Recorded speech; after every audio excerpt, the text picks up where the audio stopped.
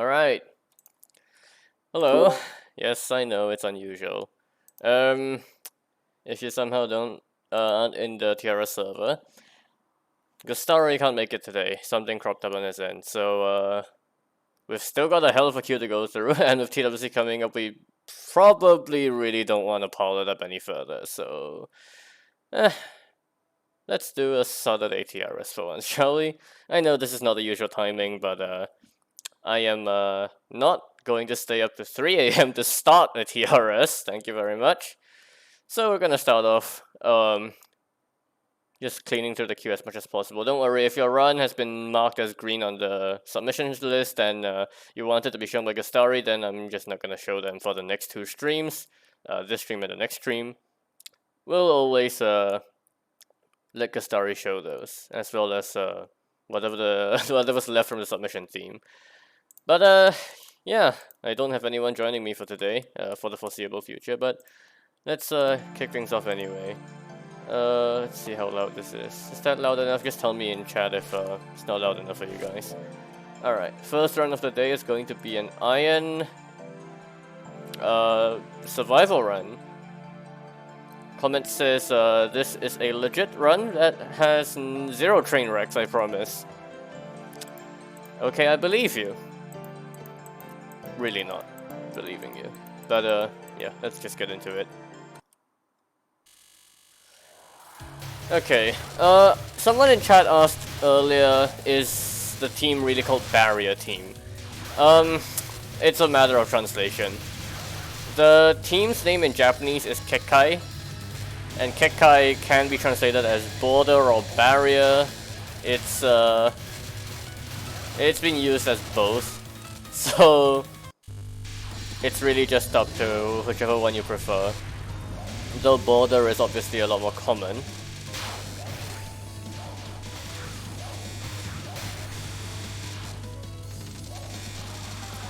But for a 1cc, it's a very common choice. The homing... Well, iron stages, they're not that difficult, but the homing definitely still helps. Yukari's homing lets you just deal with even the death fairies from decently far away. And I forgot to turn off the OSD, you're correct about that. Sorry. And yeah, the game just gets a bit easier with Border Team, especially with the very small hitbox and the very long death bomb window. Death bombing is not something you want to be doing in Iron anyway. You really want to be using bombs early, so that you don't use 2 bombs per bomb and end up wasting them.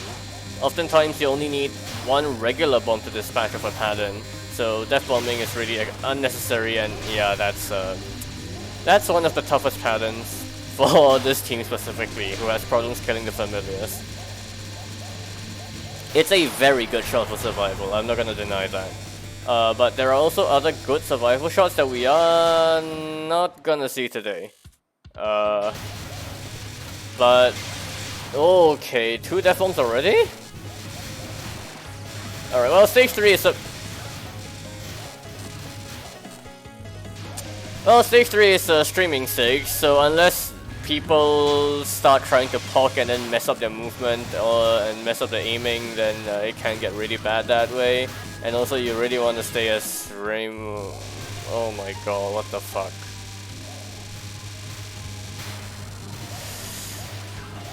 This is a bit of a train wreck early game, I'll be honest, but...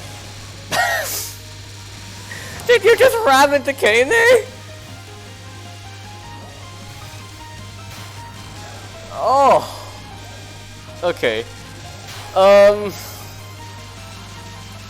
Iron is the kind of game that you can actually recover from a train wreck early game with. The late game difficulty, I wouldn't really say it scales that hard. Stage 5 in particular is very tame compared to other games at Stage 5. The difficulty curve on Stage 5 is basically a plateau, if not a dip from Stage 4.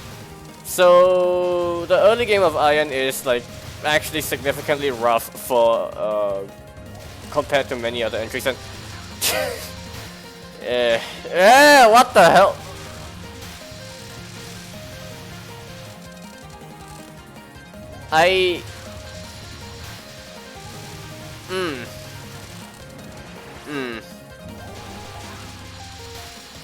Okay.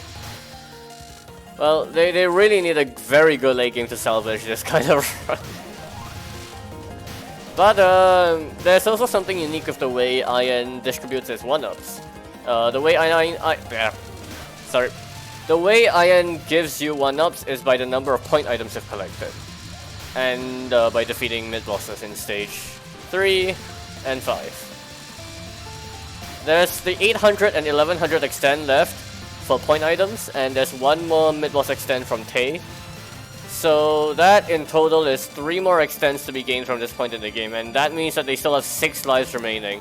But the counter says 3 because that's the amount of lives they currently have. It's a bit deceptive.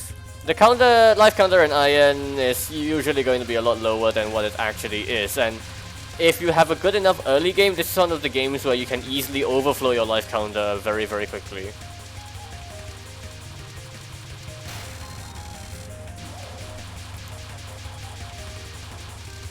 So, let's see how well they do. Starting off, we have this Asteroid Belt, which is a very difficult pattern. One of the few difficult patterns on Marissa. Oh! Yeah, you tried. That was pretty good actually, but not good enough. But also, I don't think they've bombed them normally a single time so far, which is pretty bad. They've really thrown a lot of resources away already. Alright, second on is very spooky, but it looks like they kinda know what they're doing. Wow, nice cap. Alright, Event Horizon now, and yeah, this is a pretty simple pattern.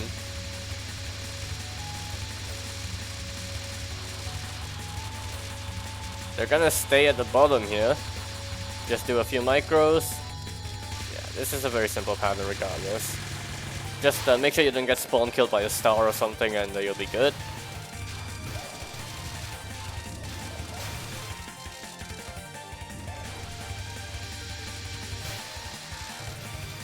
And compared to the streaming mess that Stage 3 might be, Stage 4 is generally a lot tamer unless you fail to kill the Death Fairies like this.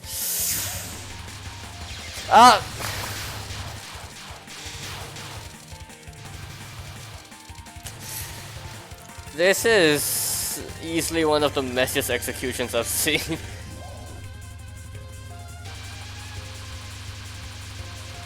Wow. Alright. Third non is a random mess, so sometimes it's free, sometimes it's very stupid. And it's pretty good this time. That's nice. They're gonna do Starlight Typhoon at the bottom?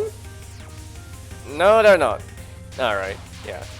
So this is the safe spot strat, and this is a bit low for the safe spot strat.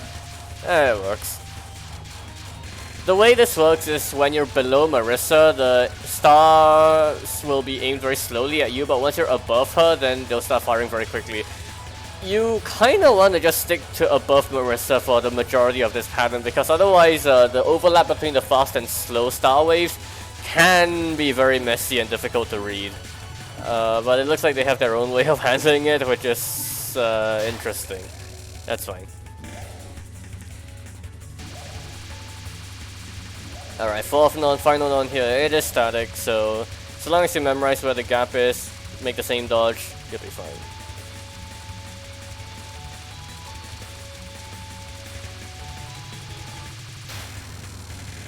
Alright, moving on, double spark. Yeah, double spark is a fairly rough pattern. You'll have to misdirect these sparks and then go to the other side, and the misdirecting part can be kind of tricky, but you are given a lot of time to move out of the way. The sparks hitbox expands very slowly.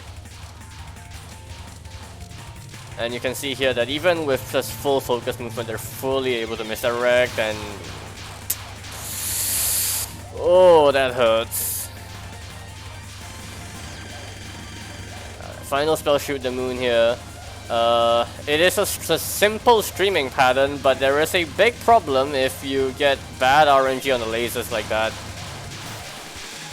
You will have to move very proactively to get ahead or slower than the laser walls as the familiars come down.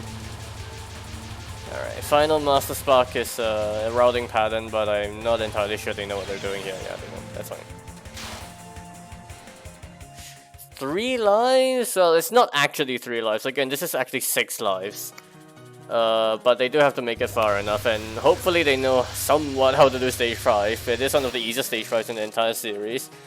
So this is kind of the break point of the run.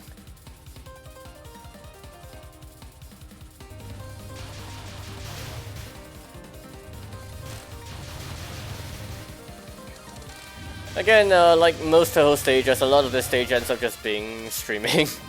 But this stage does have a little bit of an emphasis on killing Death Fairies, more than the others. Whereas in the previous stages, the Death Fairies have mostly been just firing aim patterns. This stage's Death Fairies will actually fire out very dense spam, which if you're not killing them quickly, it can get very out of control very quickly. Like here, for instance. So unless you really know the timing of talking, I really would not recommend talking on this stage. Ah, yep. Okay, that's a sick dodge. What the fuck? Okay. If it works. Almost got kicked, by the way. Wow.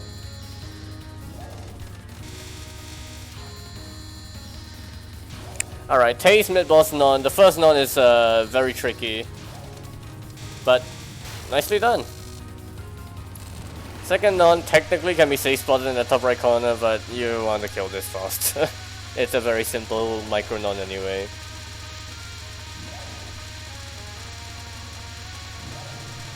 This tapping is a bit making me a bit nervous, but that's alright. And they already have 5 of the 6 remaining 1-ups left in the game. Well, there's this old adage that your true dodging skills are unleashed once you run out of bombs on a 1cc, and that certainly does seem to be the case so far.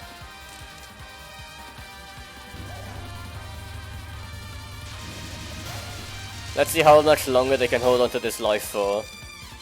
But this is certainly more than enough resources for the rest of the game, assuming that they don't like completely tank Kaguya badly, or Raisin for that matter. But for border team, Raisin really shouldn't be that much of an issue.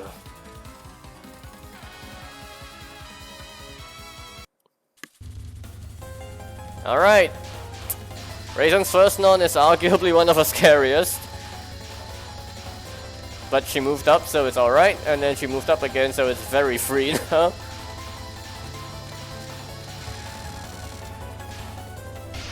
Alright. Raisin's first spell is a static pattern. The waves are literally the exact same every time, so make the same dodges, go to the same gap every time, you'll be fine. Yeah. This is generally the common strat for this.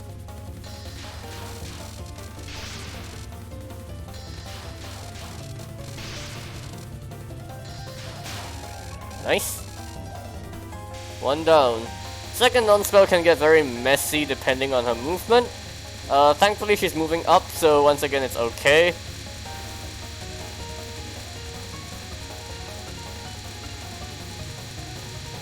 Wow, Raisin really doesn't want to be near the bottom of the screen here. Alright, Illusion Seeker, second spell.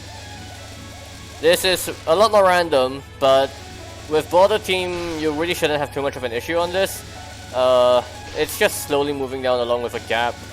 But one, the hitbox on border team is very, very small, so you have a lot more leniency than with the other teams, and also the movement speed is better suited for the downward movement.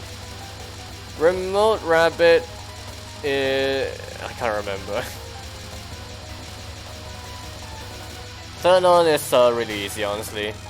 And here we go, Mind Stopper. This is a particularly tricky pattern. Let's see if they know what they're doing on this. Okay, that's the start of the strat. And, oh no, no. No, no. Yeah, they're screwed. They are screwed. You need to move a lot faster than that to make sure the aim stuff doesn't pile up at the bottom of the screen like that. Otherwise, the following wave is pretty much next to impossible to dodge.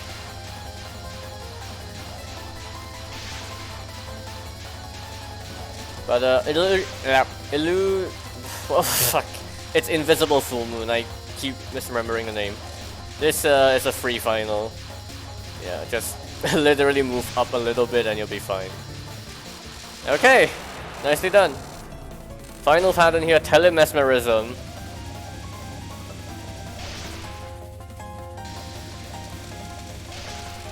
It is a memo pattern, I believe, but yeah, no, it's a tough last spell, honestly. If you don't know what you're doing, it's like really hard to cap. Well, 6 lives? Yeah, that's all 6 lives preserved into stage 6 here. Immediately used up, but that's okay. The opener is actually kind of difficult if you don't know how to dodge it. But it is static, so if you want to learn it, just figure out the same dodges. Figure out some safe dodges that you can make consistently. Yeah, Kastari's not here, but that doesn't mean that he's like not here, you know? Alright. These fairies here, for 1cc purposes, there's really no need to greed and get as many point items as you possibly can. But this is a score runner's nightmare. Yeah, stuff like this.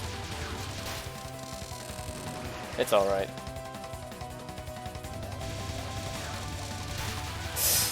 That looked a bit sketchy, but it's alright. Yeah, that's fine. That's all the extents. 5-3 into, well, first mid-boss Aaron. I'm gonna predict the yeah. The mid-boss is a bit tricky, the mid-boss known for 1cc. Very fast overlapping bullets, and then we move into Galaxy in a pod. This is a pattern that, again, if you know what you're doing, it's very simple, but if you don't, it's very rough. Looks like they can kinda cap it? No, no, they just kinda sit still and eat that bullet. Well, 5-1 is still more than enough. I don't know if they've bombed normally a single time this run, but it's fine.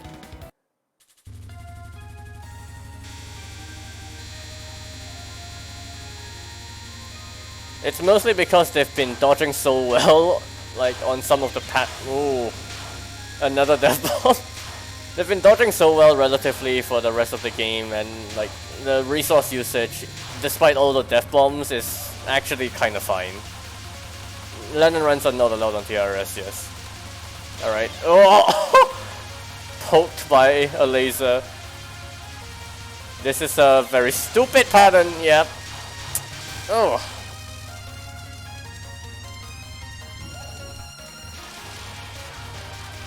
Oh, they didn't do the misdirect? Yikes! Yikes! Yeah, this is what happens if you don't do the misdirect on this non. You have to misdirect this into the top corner to make this a lot less dense and... Ah! All the resources they might have saved on Raisin looks like they just spat out right here. Not good. Alright, Buddhist Diamond is a mess. Let's see how well they do. But the team has a slight advantage in the very small hitbox. So you have more comfortable dodges on this compared to the other teams. Oh! Sick dodge! Is this a cap? Nope. No. Last wave was impossible. Yeah, Magic Team, the laser can hit the Familiars and Kaguya and kill it very, very quickly. So that's very nice.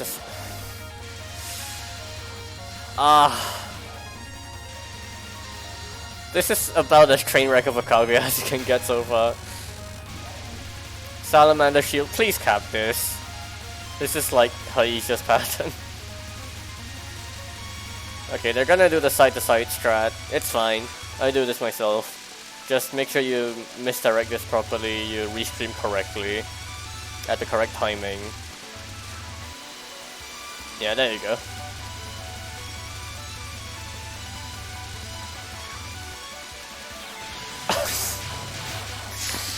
Oh, I knew that restream was not wide enough.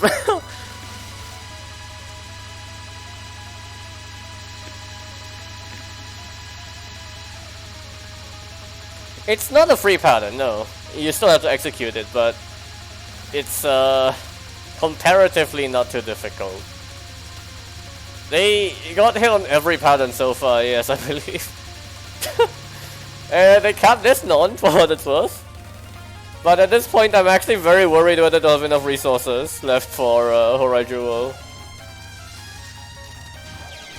Well, first up, Life Spring Infinity. They're just gonna Death Bomb this and kill it, that's fine. 2 lives for this? I hope you have a route. Because this is one of the worst patterns in all of Touhou if you don't know what you're doing, and it certainly doesn't look like they know what they're doing. Oh. Ah! Okay, okay. At least you have the sense to start bombing early now, because if you start death bombing here, you definitely run out of resources. If you somehow don't understand how this pattern works... If you don't know how this pattern works, it has super armor for a very, very long time. And only after the super armor wears off can you really start damaging it. But during duration of super armor, you just have to dodge, and the way the pattern works is basically static, and the rice pellets just bounce off the wall in a static fashion aimed at you. The way you approach this pattern is basically to time, either by color cue or by timing cue, dashes under certain orbs to open up a gap in between the pellet waves, so that you can get a nice clean restream. But with only one, well, not even a bomb left to spare, this is gonna be a 0-0 clear. Yikes. Very close. I mean, GG nonetheless, but that was more carried by good dodging than anything else. Alright, let's see how well they do on the final patterns here. These are all bonus spells. Doesn't really do anything other than just extra score and bragging rights for the rest of the run. Failing the first spell there is a bit you have to misdirect, you have to restream that a bit strictly vertically. Second spell can be a bit hard to read, so that's understandable.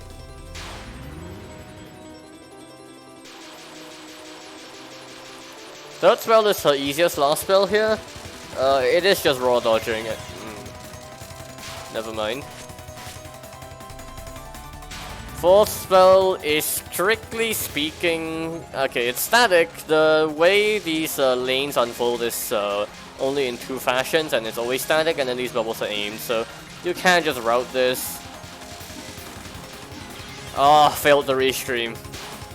Could have actually worked if you moved down left after that wave, but that's alright. And the final here, this is just a strict RNG mess. It's very, very stupid sometimes. Don't tell me you capped this. Okay, well, oh, interesting. What? What's that dodge? Hello? Holy fuck. Ah! Damn. Almost. But GG. Very nice turn. I mean, yeah.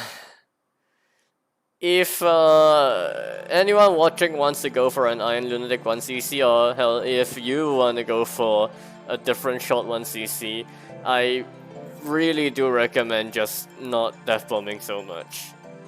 Bombing early is good in any Touhou game. I mean, the dodging was very good for parts of the run, and that was enough to salvage the rest of the run pretty much. I saw a lot of stage sections getting messed up because of lack of routing, pretty much. But, you know, those things are easy to fix with just a little bit more practice. Yeah, that's actually kind of a problem. It's like, once players start getting into no-bomb territory, the bombing reflex, or just the bombing awareness kinda just like drops off a cliff. I've definitely noticed it happening to me as well. Alright, what's the next run? It is a PCB Lunatic Survival run. It's stage practice, that's right. Give me a second to set this up.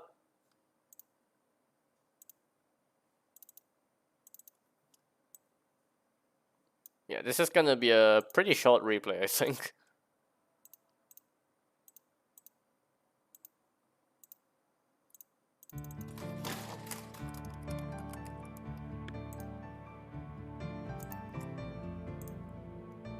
I am actually not sure which stage this is. Stage 4. Okay, sure.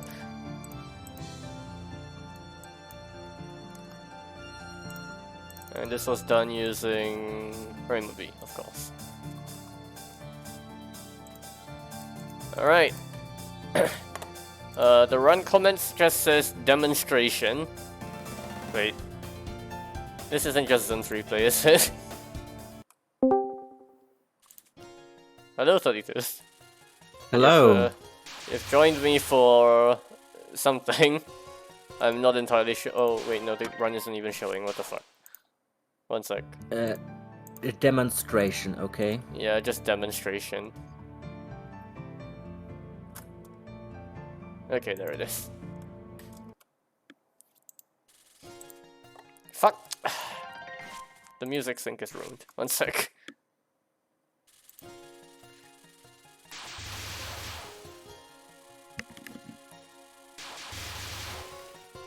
Okay, well, PCB Stage 4 is rather infamous. It's a very long stage where nothing happens for half of it, and then the other half of it is... Papa?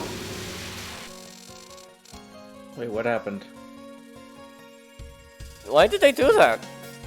You know, Huh? you could have just gone in the other direction, right? Yeah. Huh? Okay, maybe it's scoring. Yeah, that's actually true. It could be scoring.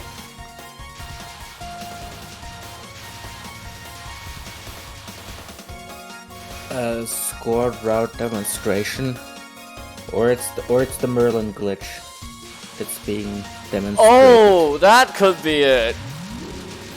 But honestly, this dodging is kind of shit. Also, it says to skip the stage section. Oh fuck. Well, this stage section is a bit of a train wreck, I'll be honest. So, oh.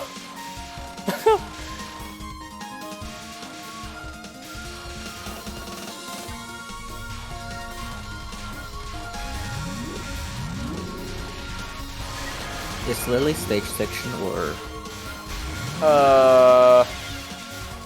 I'm gonna assume that he just meant heading to the boss fight if this is supposed to be the Merlin glitch.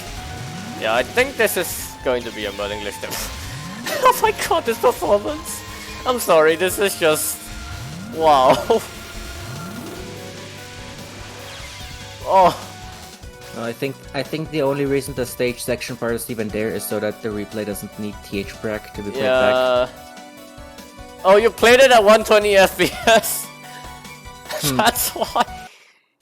Oh, that explains a lot. Yeah. Maybe we should like explicitly allow TH-Prac replays, but only the latest version. Yeah, we pretty much always run TH-Prac on TRS, so if you want to submit a run that uses TH-Prac, just go ahead. Like, it pretty much won't cause a problem, and if you're worried, just indicate that you're using TH-Prac in the run comments, and we'll accommodate for that. But yeah, so for those of you who haven't heard of this glitch before somehow, the Merlin glitch refers specifically to a bug that happens, well, people didn't really understand how the bug worked for a long time, but it happens on, I believe, the final two patterns, where basically the movement of one of the three sisters gets horribly desynced from the rest, and for the longest time, like, there were only a few low-quality demonstration videos from, like, very, very old, very long ago, to demonstrate that the bug even existed. But recently it's been documented in full on Naruto's site, actually. No, it doesn't just work with Saka, it actually works with any of the shot types, and any of the Prism Rivers for that matter. all that's required is just very specific timing on when you kill each pattern. That's it. Yeah, that's it. The actual underlying technical goal is to make the ECL interpreter call enough functions so that the call stack overflows. Yeah, and that's the real. That specifically happens, I believe, on charge effects. Was it? Yeah, charge effects are functions. Zune makes separate functions for charge effects. So yeah, you wanna just basically overflow the buffer for the number of functions the game can handle, and that can end up causing very major glitches later in this fight. But yeah, the number of functions is 16. But the number of obviously, because the reason why it's been not known how this glitch operated for so long and how it's been so rare is because it does require stalling on so many patterns that on a typical run, like on a survival run or even on a scoring run where you time everything out fully, you're just not gonna have this sort of kill timing. The timing is a bit specific, but it's you'll see what happens here. Konbanwa, Yumiya-san. You're about to see something very interesting.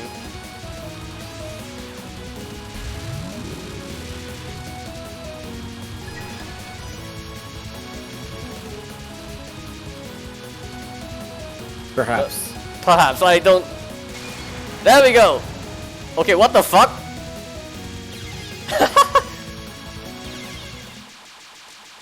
Well... That's one of the more interesting variants of the Merlin glitch I've seen. Wait, can you use that for scoring? No, it's like pointless. You can't like actually do anything during the dialogue. Well, that's a very interesting demonstration. Certainly very interesting. Yeah, so that can happen. There's a bunch of possible effects based on exactly the kill timing and the shot type combo, but that's a possibility, certainly. Alright, what do we have next? Morph Extra. Give me a second to set that up.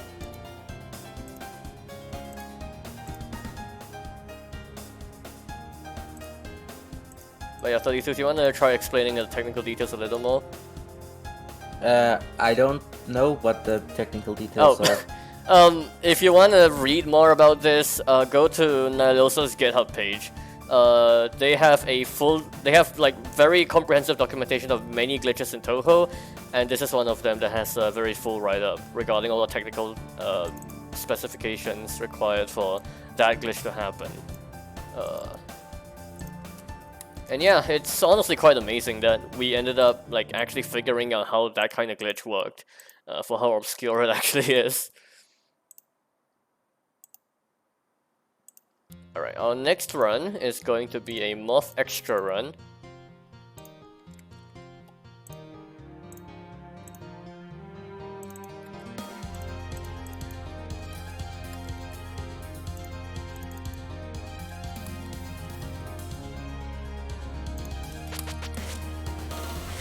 Alright. Run comments just says, first EXNN I've ever gotten, ended up getting a decent score as well. Okay. Let's see how they do. Alright, Morph Extra is one of the more I don't know about more interesting. It's oh fuck, I keep forgetting to show the game on stream. Sorry.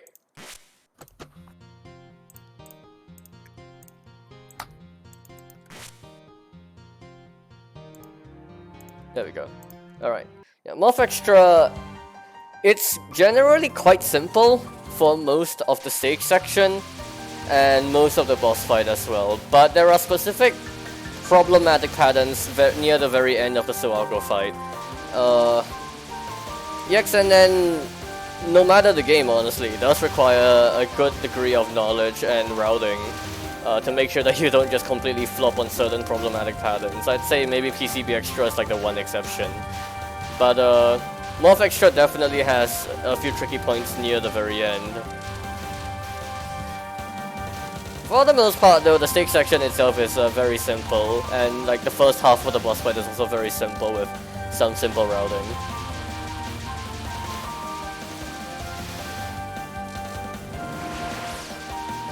Of course, we're talking about EXNN level of play. For 1cc, extras are quite demanding regardless. They all require a decent amount of routing on the patterns, which are usually very puzzle oriented.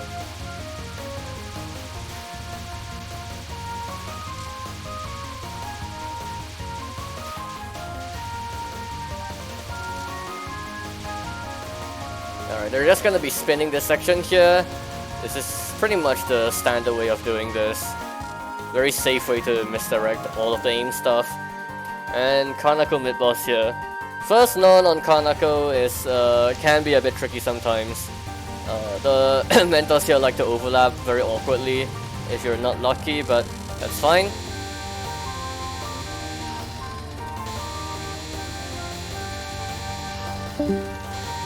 Oh. Well, so much for that.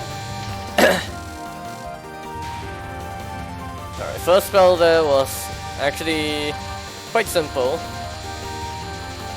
Second spell, it is just aiming, but you want to be a bit careful with how you want to misdirect this. If you're not careful, you can end up getting gibbed by one of the pellets from the side as it dashes into you. And finally, this third spell is... honestly, the micro here isn't too intense, so long as you aren't that greedy with the damage. But very nicely done.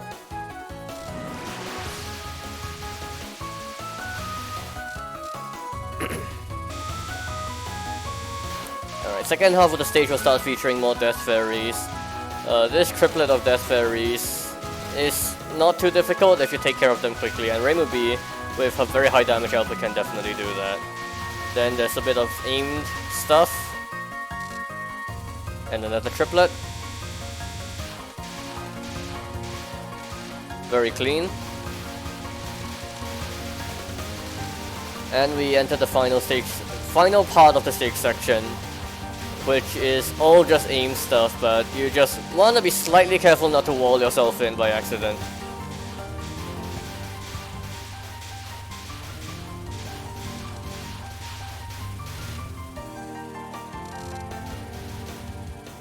Alright. Okay, they're not gonna do the misdirect on the first spell, that's fine. It's honestly very easy regardless. But like I said earlier, most of Suwako isn't that threatening for EXNN until we get to the later part of it. This first spell in particular has a interesting trick you can do. The aiming of the lasers is actually based on your position at the start of Suwako's first non. Which means that during dialogue, if you position yourself to above or to the top corner of Suwako, then the lasers will accordingly aim there as well. Which ends up trivializing the pattern in its entirety because, you know, you're not dodging anything.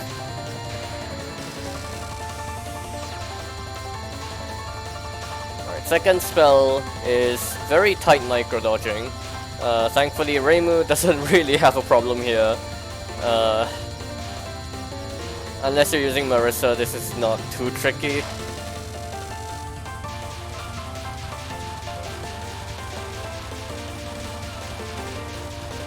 The non's just simple left-right tapping, and we have Moria's Iron Ring here.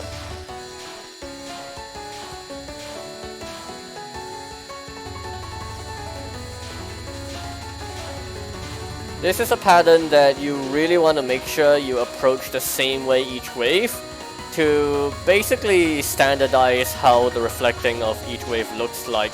If you mess up even slightly in your timing or angle, then you end up having a very different looking wave to dodge. And if you're not lucky or if you're just in the wrong spot, it can wall you, so that's definitely a pattern to be careful of.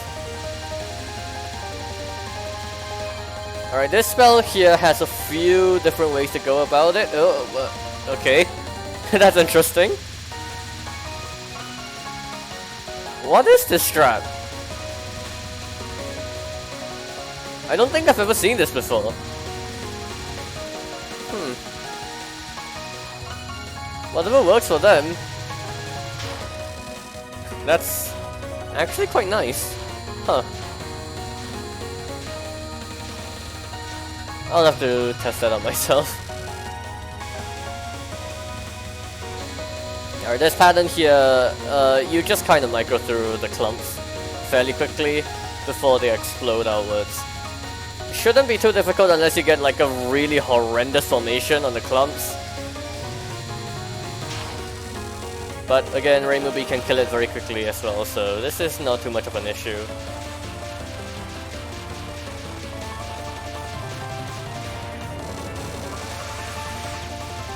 Alright, this spell is very clippy. You don't want to underestimate the hitbox of these lasers, and you definitely don't want to underestimate the hitbox of the jelly beans.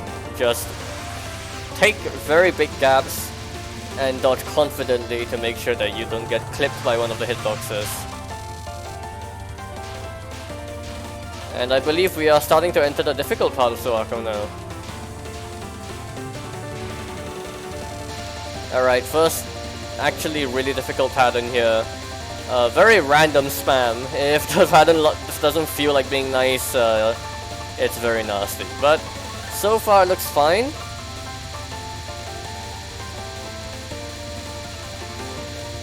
Alright, looks like a nice cat. Oop.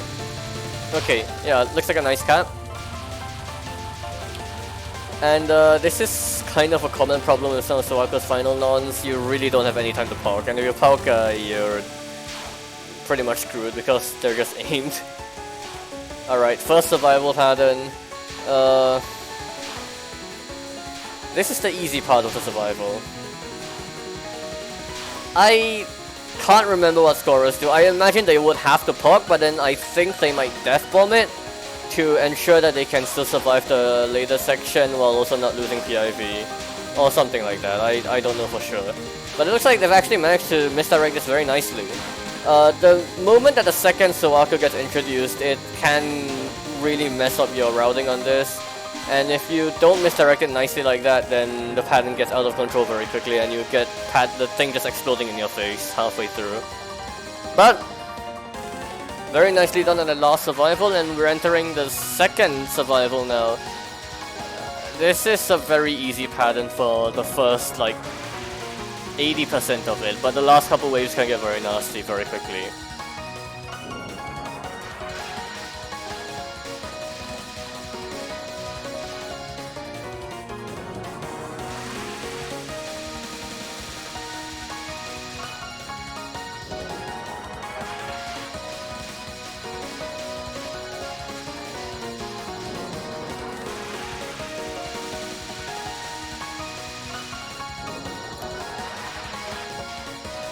So you see how this pattern is comprised of two basically different waves, well, three components. One is these vines that grow upwards.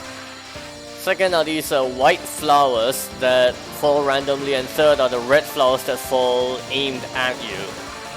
Well, at the end of the pattern, as the waves start overlapping, the aimed component, the random component, and the vines all overlap, and if you don't really know what you're doing, you can get walled at the bottom very quickly. But this is one of the best ways to approach it. Stream downwards from the top of the screen. Very nicely done. And from here, the final is honestly not too difficult at this level of play. It is a pure crisscross dodging pattern, and well, as long as you're not really hesitating when you move through the crisscross, or just take a good cap, take a good position and sit still, you'll be just fine here.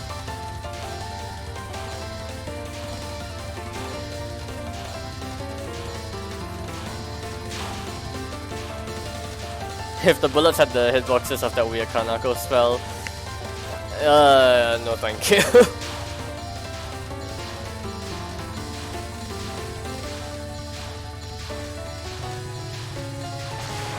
Well, that's a very, very clean EXNN. Congrats on the EXNN. I believe you said this was your first one? It's very nicely done, for sure.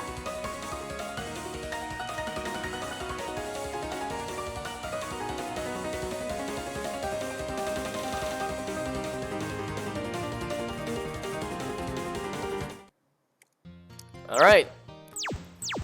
GG. We're gonna move on to our next run now, and I know I said I was gonna show this tomorrow, but well, Tails said that their run was to be shown like a story, so never mind. We're gonna show a run that was supposed to be shown like 2 weeks ago at this point, but things got in the way. It's going to be PCB hard no bomb.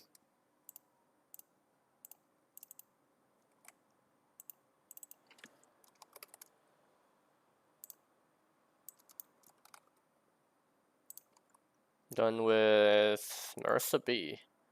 Interesting.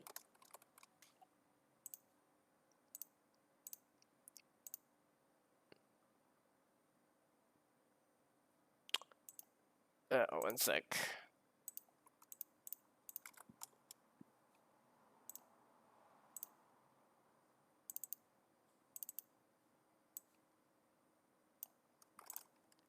All right. Oh, yeah, I forgot to take that part out. Okay. Actually, show the game.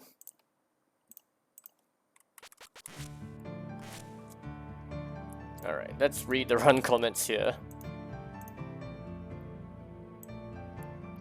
My first hard no bombs 1cc and fourth overall 1cc after giving up on doing it on EOSD. Oh, the one bomb usage in stage 6 was accidental and it did not affect the gameplay in any way, so I consider it no bombs. Ian is next. Alright, well, not the first time someone's accidentally bombed somewhere and then it actually didn't do anything.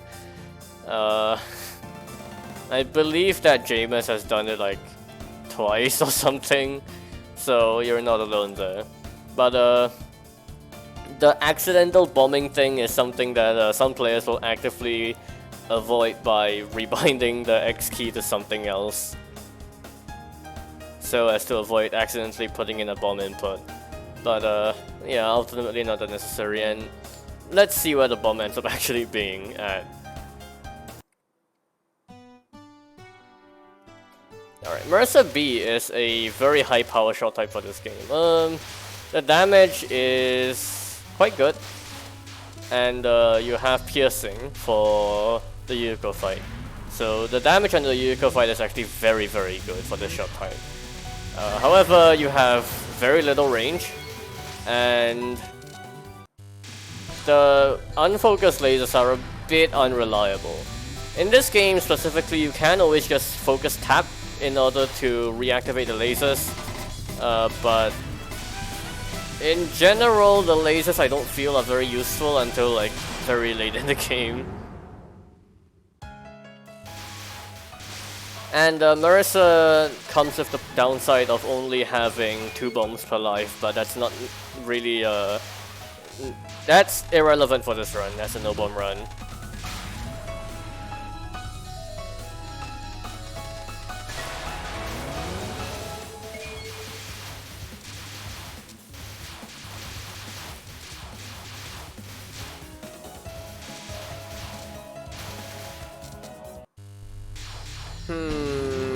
That's right. This will have to face against Lyrica. So the stage 4 Prism Reverse fight starts off with you facing against one of the 3 Prism Rivers for 2 non-spells, and is determined by which shot type you're playing. If you're playing Reimu, you fight Lunasa, as we saw earlier. If you're playing Marissa, you fight Lyrica, and if you play Saka, you fight Merlin. Merlin has curvy laser nonsense, so she's like quite difficult. But okay, Lunasa also has like her awful non-spells, so she's also quite difficult. But Lyrica, I'm not sure whether it happens on hard, but Lyrica has a particularly tricky non-spell on one non-spell at max rank. So if you end up getting no miss no bomb into that section, the rank can make that cannon very overwhelming, at least on normal. I can't remember if it happens on hard or not. I guess we'll see when we get there.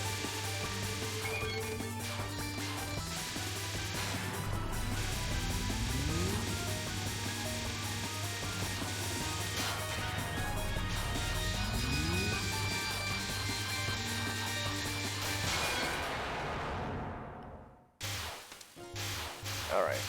Default skips for TRS usually entail skipping stage 4 as well, the stage section, since it's very slow and usually nothing really happens during it.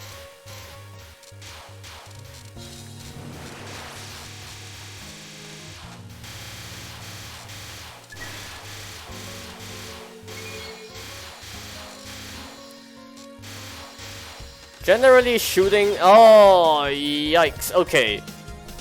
Those last 2 waves of fuzzballs earlier, you can choose to not shoot, and it makes that section a lot easier.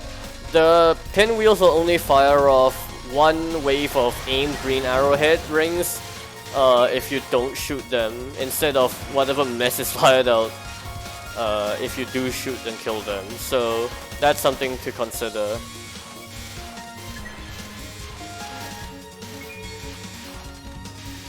But very nicely done on the rest of the stage section.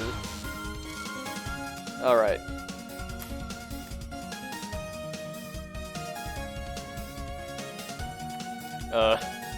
Right. Okay. So this is Lyrica. And her first non is... Oh, yikes, it's pretty bad. Oh, wow, that's as bad as I remember. Yeah... Oh. This non is rough. Thankfully, her second non is just pure aim, so it's quite simple as long as you don't flail around too much. That's a very nice cap on the first non there. On max rank specifically, it's very stupid, honestly. Okay, well. Interesting death.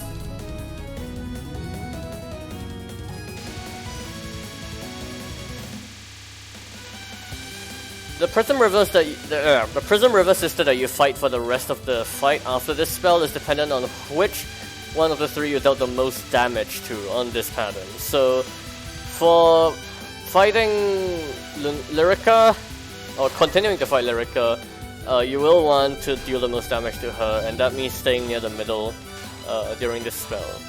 If you're playing the other shot types, Lyrica will be on one of the 2 sides, so you'll have to move to the side to damage her. But Lyrica's patterns continue to be just aim stuff, and her second spell is very simple. Oh, I guess I should say her solo spell, because this is her only spell of the fight.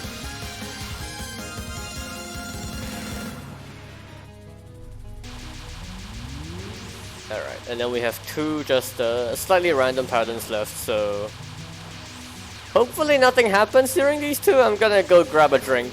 Might throw this parched. 1 second.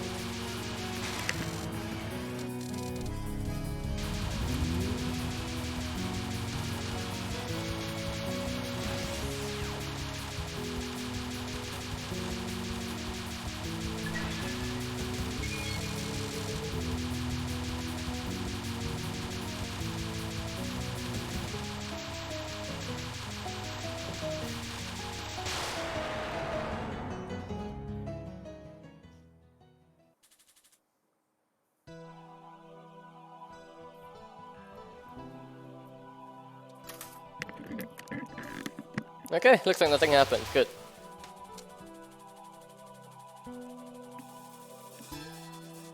Alright. Stage 5, not too difficult. As long as you speed kill these, they really won't have the chance to fire out many bullets. But there are tricky overlapping spam sections, like here.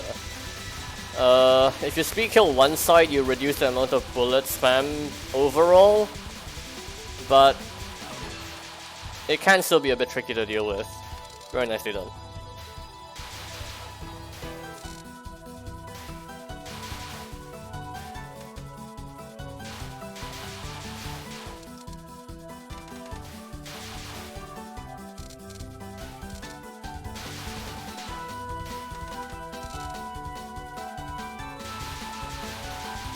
Alright, once again the spam section.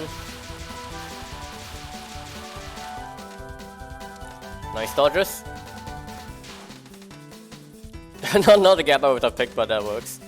Oh wow, even killed that.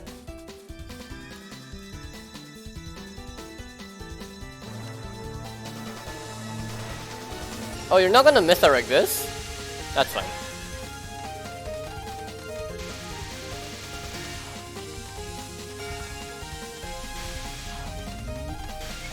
They are actually collecting a lot of items, yes. It's really not that necessary, frankly. There are technically a lot of XNs you can get if you collect enough items, but sometimes if it's too risky, a lot of items are very risky to get, so it's usually not that worth it to risk it. Especially considering you need like 200 items after each threshold. From this point, the next one up will be at 800 and you'll have max lives. And then following which it'll be 1000, 1200, 1400, so on and so forth. So I don't really see them getting that many more 1-ups remaining from here.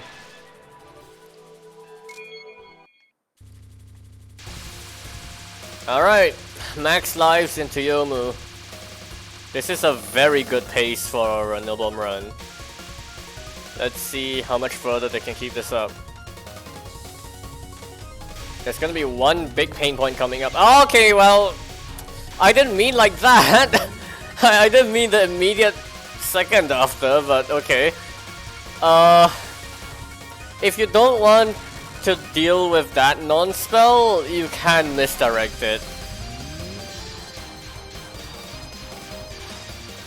But here we go, one of the most random patterns in PCB.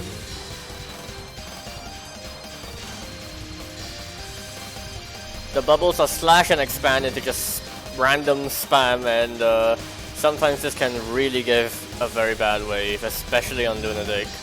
On hard, okay, well that's not so nice already, yo! Oh! That is not good. Wow. Alright, power cancel and just misdirect the knives for one wave. This pattern, you don't really even have to misdirect it, honestly, but this is a nice way to do it.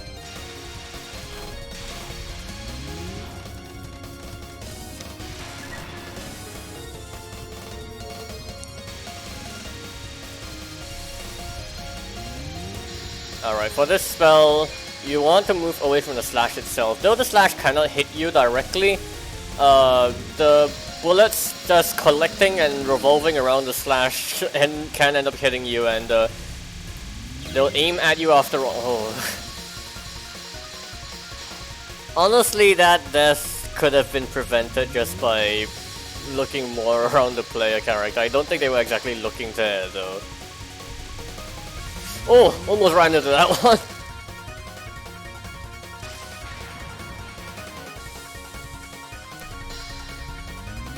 Okay, well, this is going more standard Yomu boss fight, I would say. It's a very she's a very difficult boss fight for sure. Hopefully, they can at least count the last two spells here.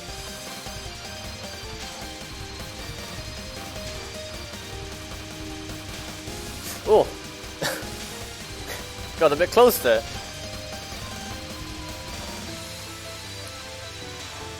Alright, being this low lets you... Oh! Oh, nice dash! Wow! That was honestly a very lucky dodge there. Alright, final spell, more random spam. During the slowdown you want to just try to look for a nice gap through. Sometimes this pattern won't give you a nice gap through. Ooh! Nice dodge! Alright, that's an easy wave, but... Okay, good kill. Nice. Alright, that didn't go so well. 3 misses, but could have been worse, for sure. But stage 6 is going to have problems. Well, problem, I should say. The stage section is very short, but the spam section with Marissa B is as bad as it gets.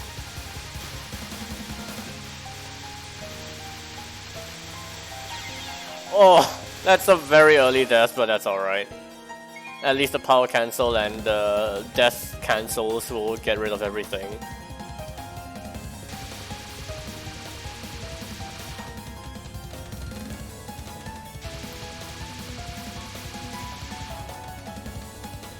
Alright.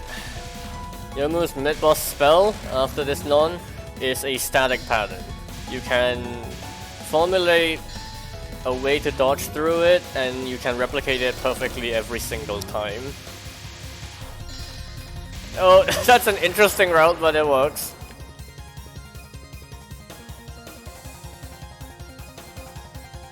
Okay, they're gonna get the 1000 point item extend. I don't know about 1200 though. So 5 lives remaining for the rest of the game.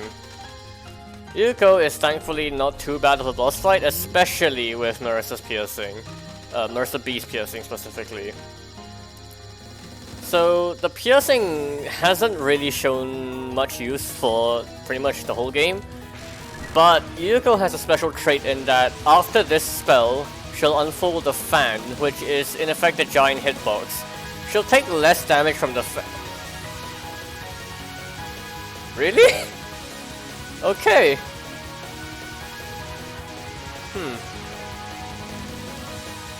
Okay. Okay.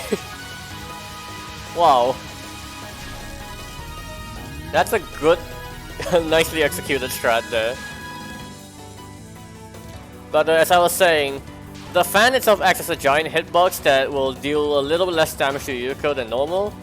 But, well, the fan exists where Yuko is as well. So if you're hitting both Yuko and the fan, you'll be dealing damage to both sources, and both sources get transmitted damage to the boss health bar itself. So you can end up killing many patterns with Marissa B very quickly.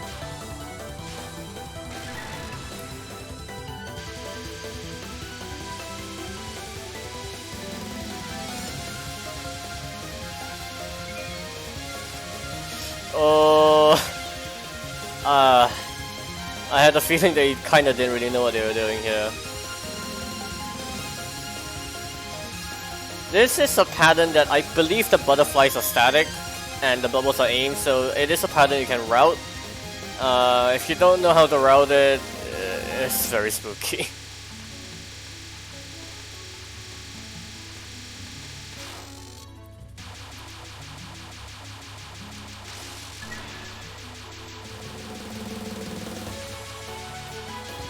This non is weird. Just hiding in the corner. One of the two corners will make the pattern a lot easier. Though obviously your damage output will be very low as well.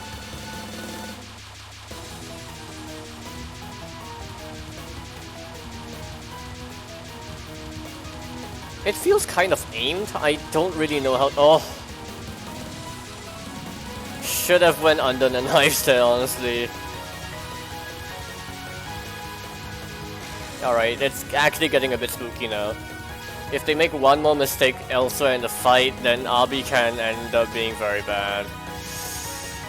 Alright, this spell, again, aimed. The blue Mentos are aimed, and the spirit is obviously homing in towards your position.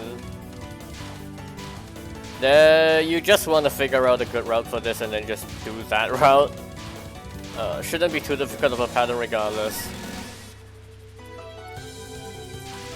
Alright, final non.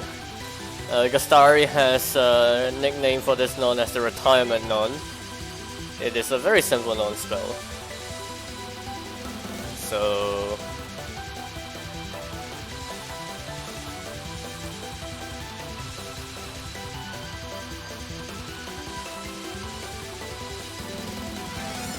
nice. Alright, Hirokawa.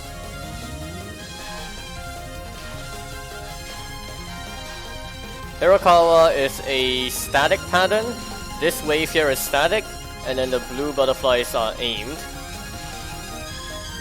So long as you memorize like basically the general rough strat for this, it should be quite fine. And you do want to be fairly high for this pattern. If you're too low, what can end up happening is that the butterflies take too long to move down and you can get walled or something.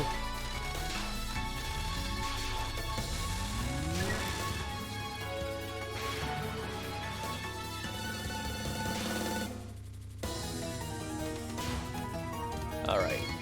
Final spell. This is a bit of an aimed pattern. A bit hard to explain, but the blue and purple butterflies are sort of aimed at and around you, just at a rather strange angle. And obviously the purple rice bullets here are just random. Nice restream. Does Murabi deal more damage unfocused? I'm not sure. I don't think it does, really. Alright. Oh. Huh? Why bomb here? Huh? What happened? Oh. I mean, okay. That actually didn't do anything, so I'm gonna count. Even I would count this as a no bomb run, but I feel like maybe their finger slipped on the X button or something, because they not only bombed, they also broke the border right before it. Wow.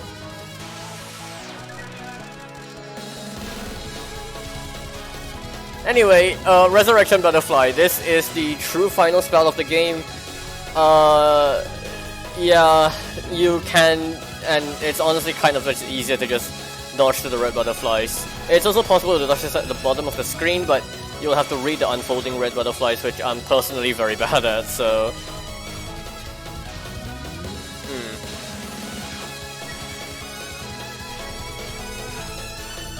What even happened? Alright, before we get to that, final wave, can they dodge it? Very nicely done. Well...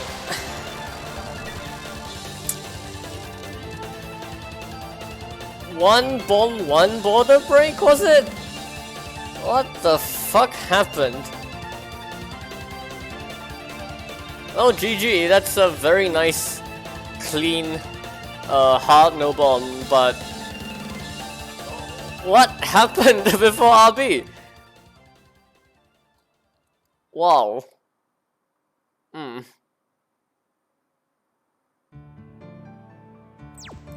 Yeah, on Lunatic, the red butterfly waves are a lot denser. I believe there's 2 layers to each wave, so it's a fair bit harder to dodge that way.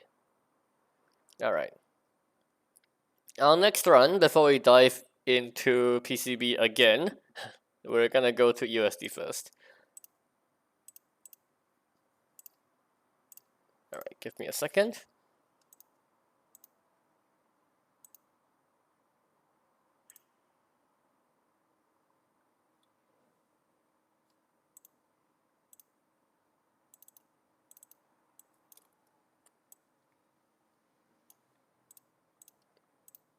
Okay.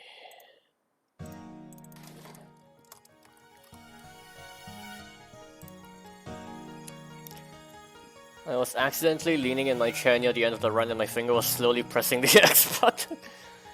Oh, that's rough. I mean, there are runs out there which are like no bomb air quotes because the bomb happened in a place that doesn't really matter. That bomb that you did actually didn't matter whatsoever, so yeah. I think you can count that as a no bomb run regardless. It's sort of like the LMB or LNN runs that like do celebration bombs at the clear screen. Or at the stage clear bonus after the final boss.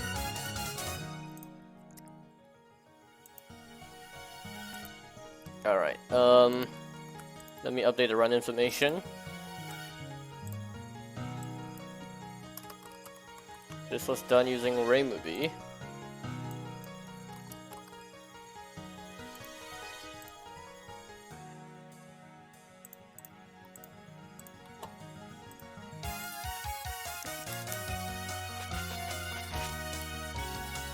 Okay. Run information. Run comment says 4th LMB overall. EOSD took a long time, and after a week of procrastinating, I got it in my first run of the day. Prior to this, I always used max lives for 1 CCs, so felt pretty good being done without it. By the way, fuck Patcher Lee. Well, if you're using Rainbow B, it is one of the roughest Patcher Lee fights, so yeah. We're gonna show the mailing boss fight, as per requested.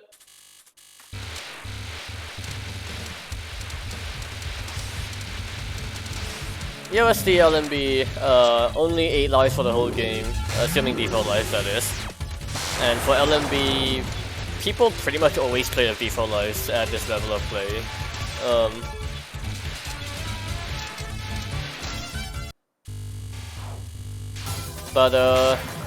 Yeah, Rainbow B is a very strong shot type. Very strong damage, especially when shotgunning, which is applicable on a couple patterns. And USD is a very rough game. There are problems starting everywhere from stage 4 onwards. Even the mailing fight can be pretty bad, so I guess we're gonna see how that turns out.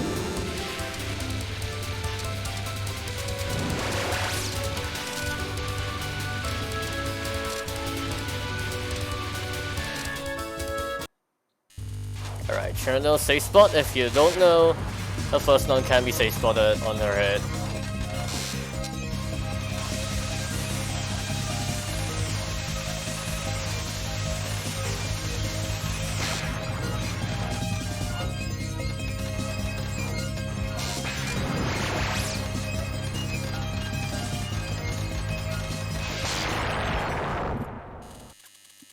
Alright, rather uneventful first 2 stages. Stage 3 stage section itself, not too difficult as well, if you don't flail too much, pretty much. Some of the fairies will shoot random spam, which can sometimes be stupid, but generally it's fine.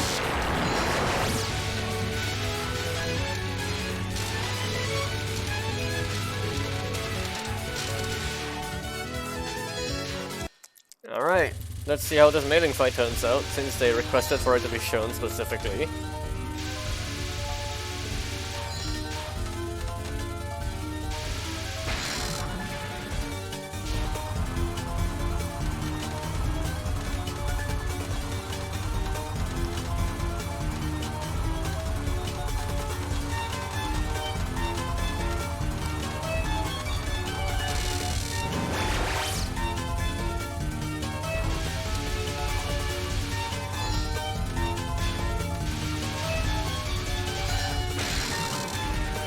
And here we go.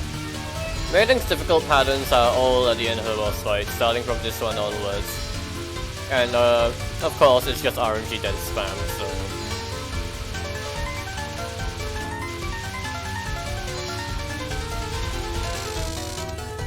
Okay. That Dream Vine was okay. And this non in particular can be very spooky. You have to do an unfocused dash to the right in order to make it through the lane. Oh!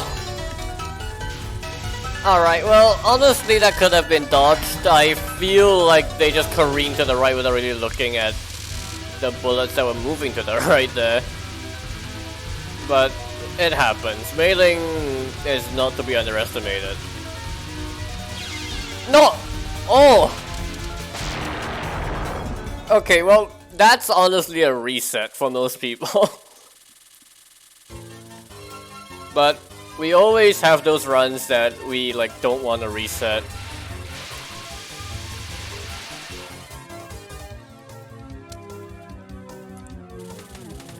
Looks like they want to save the power cancel for something. I mean, you can't power cancel books, so what's the point?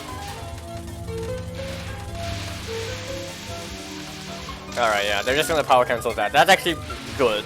The random spam there can sometimes be very nasty, though usually it's fine if you speed kill one side.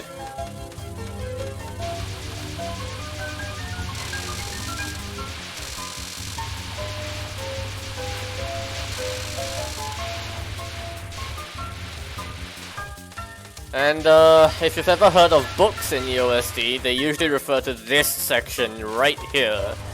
On Lunatic specifically, it's very, very stupid. It's good dodging so far, but yeah. One death here on an LMB is perfectly understandable.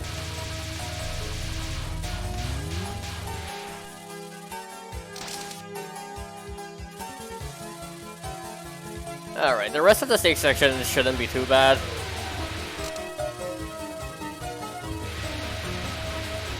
Yeah, they were dodging the books quite well for like a couple seconds and then they got hit by a clump. If they read the clump, they could have dodged to the right where there was a gap, but at that point there was still so much left to the section that it's like not really even close to a cap yet. Yeah, books is only... that spam books is really bad on Lunatic specifically. On the lower difficulties, it's nowhere near as bad.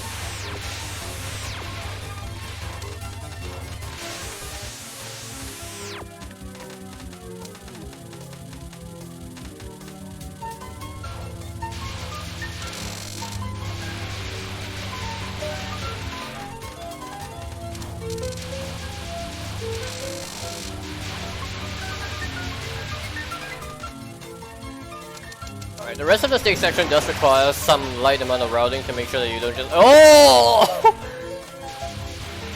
Okay, they they accidentally let one of the pinwheels live, and that almost messed them up, but okay, they're fine.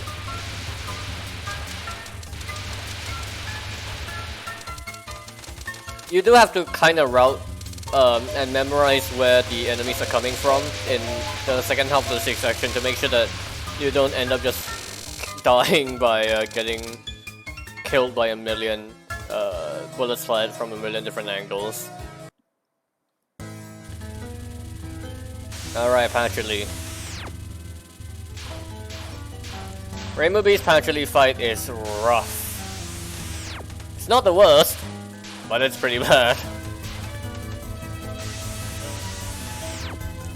Patcherly is a stage 4 boss fight with the gimmick that depending on the shot type that you're playing, you'll end up facing different attacks. And in this fight specifically, it means you'll fight completely different spells based on the shot type. For Rainbow B, the first spell is Princess Undine or Berry and Lake on higher difficulties. This can be very stupid sometimes. The bubble RNG is nice this time, so it's quite fine.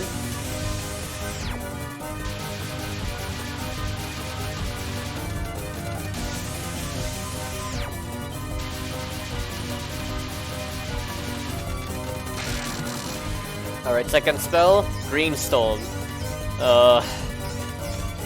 It's rough. You have so many bullets coming from different directions that it can be overwhelming to read, but very nice and fast kill there. Really taking advantage of Rainbow B's shotgun damage. But we're gonna enter another 3 patterns here. So starting off with Water Elf. USD bubble hitboxes are never to be trusted, and this pattern is weird in that it's like, it's hard to describe. Nicely done. Mercury Poison. This is a static pattern. That is technically, it is rank dependent. They didn't die before this, so their rank should be at max, so this should be something they've well practiced before. Yeah, the bubbles are square hitboxes in the OSD. All the bullets are square hitboxes in the OSD. And even worse, the square hitboxes are always pointing vertically downwards. Even if they're moving diagonally, and that's a big problem on this spell in particular, Emerald Megalith. If the bubbles don't want to be nice, they can easily wall you in here, and is this gonna be a cap? Wow! That's a fantastic Patcherly fight. That actually completely makes up for the disastrous mailing, honestly. The 2 misses on mailing and the 0 miss Patchy kind of just evens out in the end.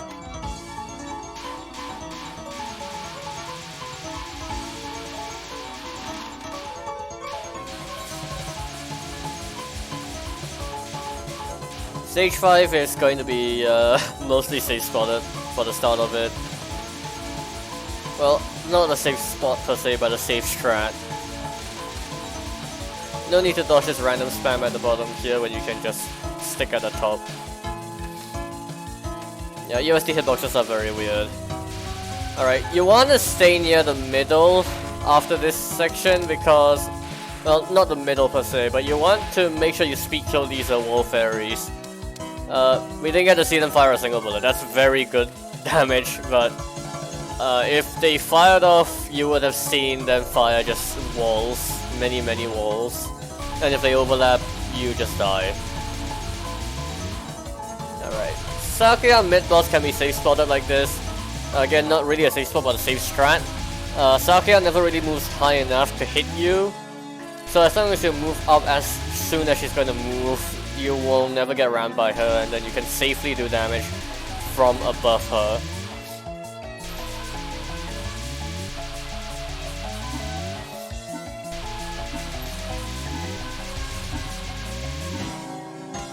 They're controlling the damage here to time out as much of the non-spell as possible because they want to avoid the post-mid-boss section.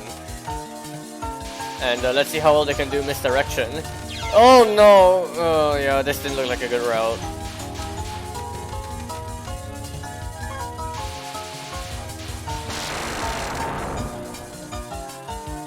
Well, that's the last one that they're gonna get for the rest of the run. Rest of the stage section is just streaming. And we enter the Sakuya boss fight. 4 lives left for the rest of the game. This is spooky. We're gonna need a good Sakuya fight. Unfortunately, Sakuya is a very stupid boss.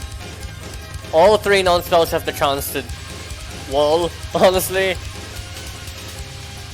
First non is particularly bad, but thankfully it seems to be quite good this time.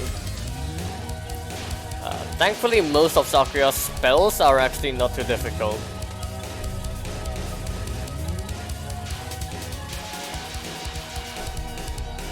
Bubble hitboxes are a bit scary, but they're not to the point where you can't dodge this comfortably. And let's see how the second one goes. Okay, good first wave. Alright, nice kill. Second spell can be misdirected to the side like this, and then you move down and back under Sakuya to deal damage. This is really not too bad.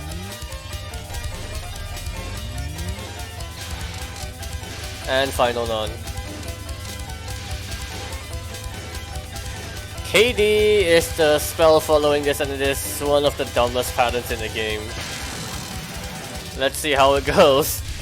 Sakuya will stop time and transform many knives into green knives with random angles, and this includes transforming some of the knives from behind you to turn back and try to hit you again.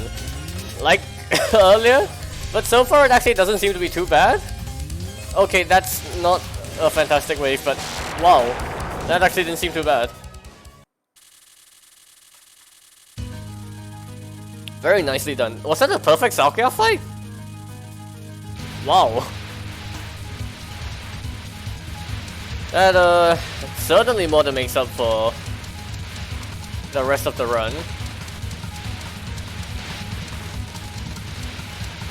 Oh, hello.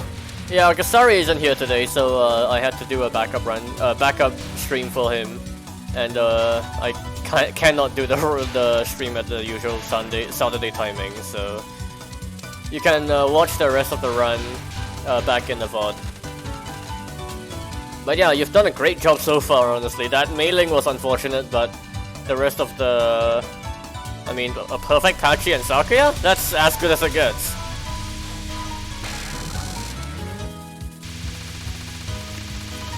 Alright.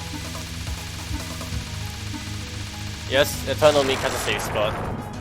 Very nicely done. Alright.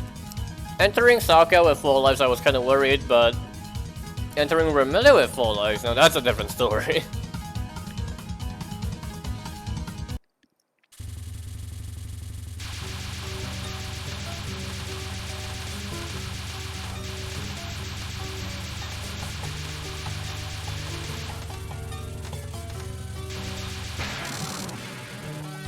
Alright, first spell Young Demon Lord. don't pick the wrong laser cap. That's pretty much it.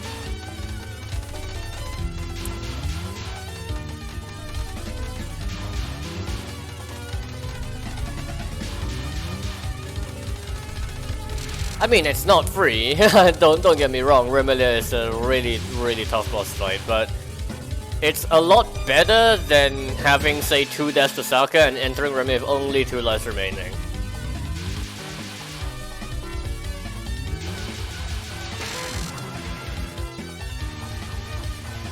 Thousand Needle Mountain is just microing. It should not be that difficult at this level of...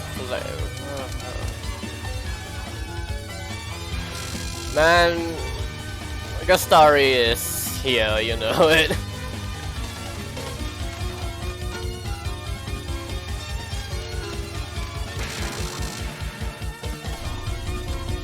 Alright, Vampire Illusion.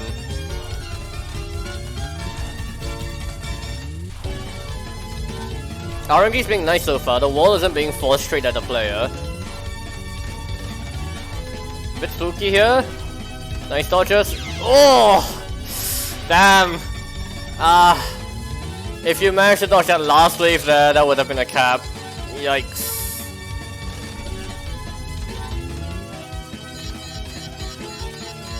Alright, now things could get bad.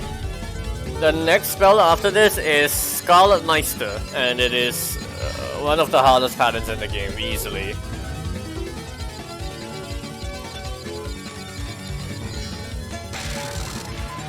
Let's see.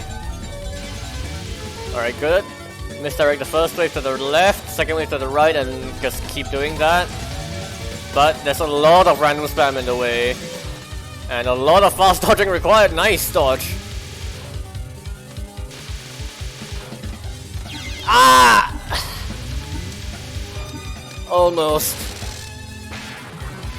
It's still good, it's still good. 1 life for SG. So long as SG doesn't give you a horrendously bad RNG.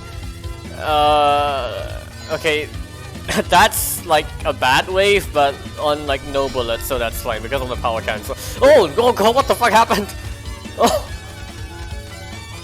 Okay. Good dodging so far though.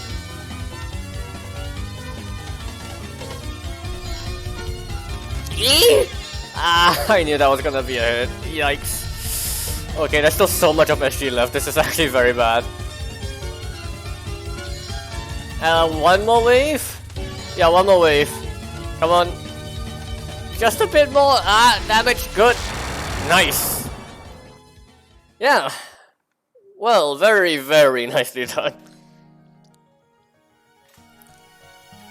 GG. Absolutely GG.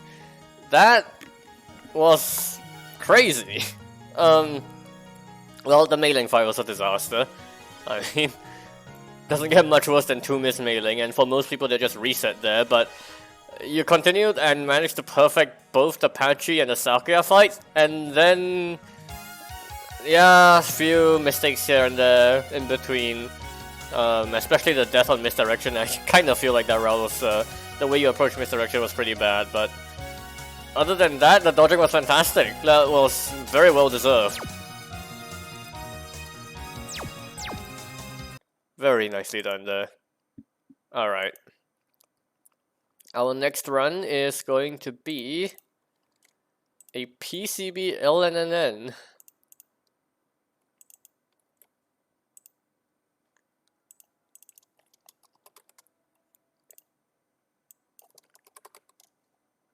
With Marissa B. Give me a second to set this up.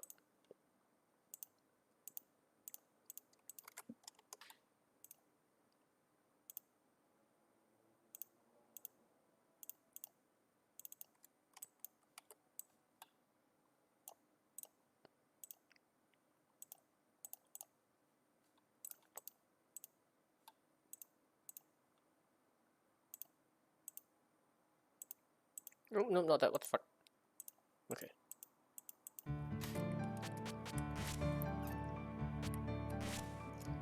Alright. Let's read the run comments. Surprisingly, getting to stage 6 without dying was harder than the spam itself. Well, there's a saying that some players believe that the spam section is like half of the difficulty of PCB itself. And the Yuko fight isn't that difficult, so the other half is Yomo, and everything before that. Alright, we're gonna skip through the first 2 stages as requested, and show stage 3. Alright, we saw a PCB run with Marissa B earlier, so we're gonna just basically be seeing that, but on Lunatic instead, and with perfect execution, evidently.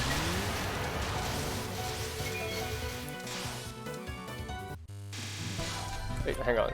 Is this? Oh, it's NBNR as well. Sorry, I'll add that in.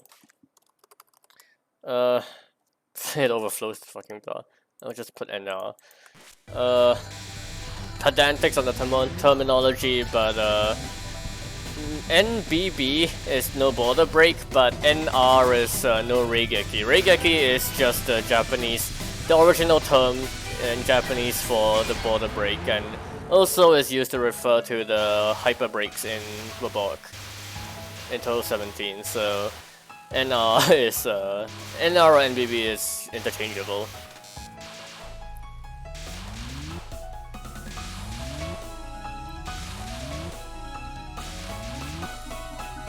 Timing this out? Okay. I guess you didn't want to deal with the mid-boss spell. That's interesting. Wait, you're not collecting power. Oh.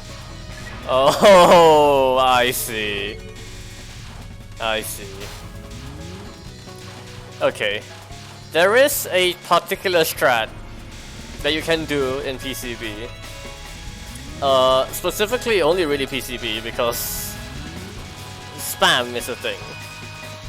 Now, spam is in the middle of a stage section that also has a lot of power items dropped before it, and that means that you can in fact use the max power cancel to cancel out the spam section, or at least the first half of it. Obviously the catch is that you have to stay below max power for the whole fucking run, and it's a big detriment for the most of the run. Yes, it's a real route. Now, the first time I saw the route being used was with Marissa A by some Chinese players, and the route is like actually freaking genius. Now, Marissa A is the highest raw damage shot in this game, and as such, being below max power is not that big of an issue for the shot type, but for the other shot types, it's a little bit more of a damage loss, even Marissa B. So the rest of the game is going to be slightly more difficult with this route, and you also have some other issues. The first issue is your cherry gain. When you get 50k cherry plus, you activate the border automatically, and when you during a border, you automatically collect items, including power items dropped from enemies. So you will need to route your borders during the stage sections to make sure that you don't accidentally collect too much power. Aside from that, you will also need to dodge the power items from the enemies that you kill. And there's only so much leeway you have. Like, you can get the final level of power at 96, I believe, before the max one. And then from there, you just need to make sure you don't collect up to 128. And unfortunately, that does mean that you have to give up a lot of other resources. So you're collecting like no point items, and you're collecting like none of the 1-up drops, because if you do that, you end up collecting too much power as well. So this kind of strat is only really viable for very low miss runs or LNN runs. We have seen this sort of strat done before on TWC even, but I have definitely not seen it done successfully with Marissa B before, so this will be an interesting watch. Well, let's just talk about the Alice fight now anyway. So the Alice fight is a bit underrated in my opinion. It's very, very difficult, especially with Marissa shot types. In particular, it's the final spell. Where Alice has a lot of patterns which are execution heavy. Her first spell is technically static and randomly rotated, but sometimes it can still be very difficult to dodge. And she has her second final and her final spell are also just rough when they want to be.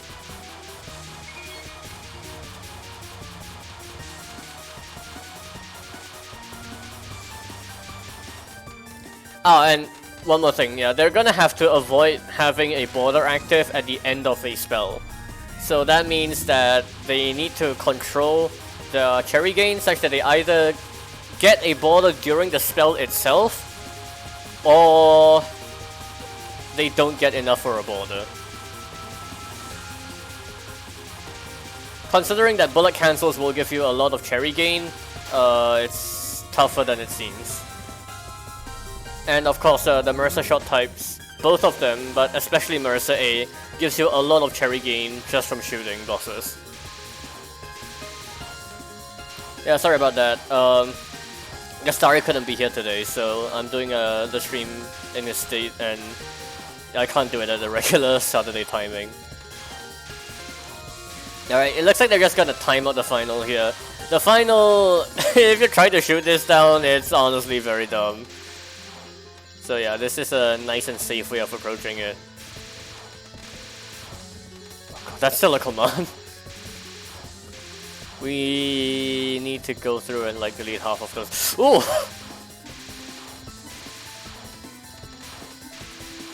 Yeah, timing this out is honestly easier than trying to shoot it down, I'd say. Nice. This is listed on my desk.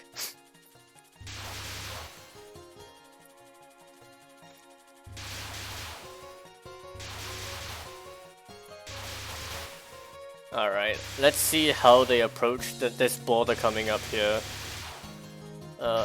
It does seem that the border is going to be activated in a section that is pacifistable.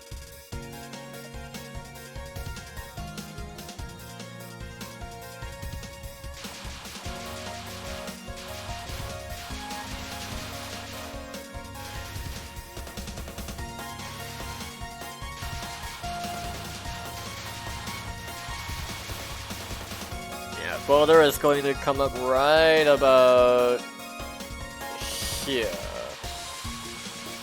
Oh no, after this. Okay, but yeah, it is just streaming, so if you don't want to shoot, this is a good section to do it in. And then this section right after is also doable, entirely pacifist. So yeah, the earlier run we saw the player just shooting down all of these enemies, but if you don't shoot them, this is what happens, and you can see it's a very simple pattern to dodge. The only reason to shoot them is pretty much just to get more items, which is irrelevant for this run. Well, even detrimental for this run.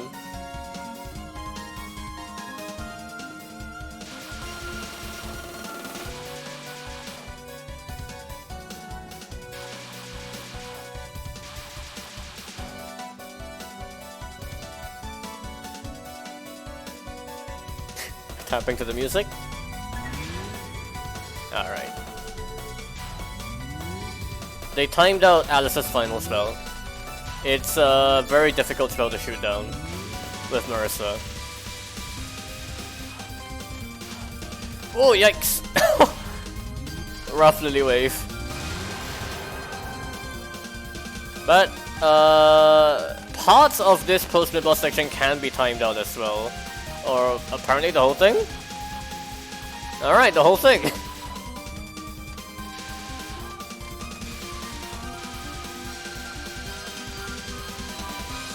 The bullet cap is actually preventing half of the pattern from spawning. Nice! Very nicely done.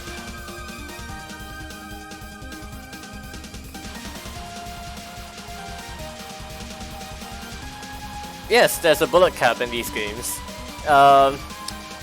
I have on my channel task videos of Tri-Ultra patches, which regularly hit the bullet cap. The bullet cap is quite low in EOSD in these 3 games. I think it's like 640 for the older games and like 2000 for the later ones. Something like that.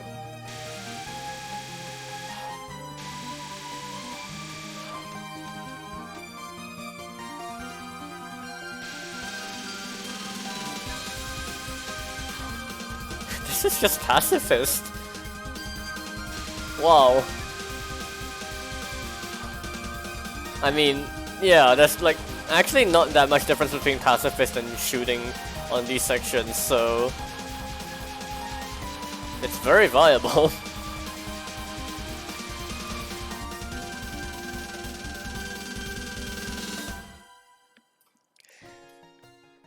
We just watched the entirety of PCB Stage 4 at regular speed, and honestly, I dare say it wasn't that boring.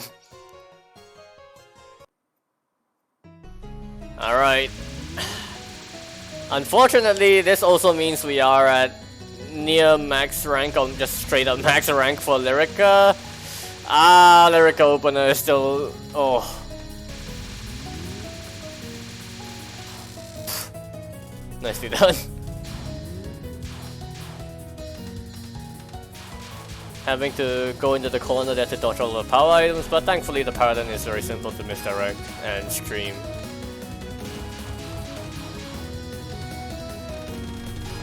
Looks like the border is going to activate during the spell.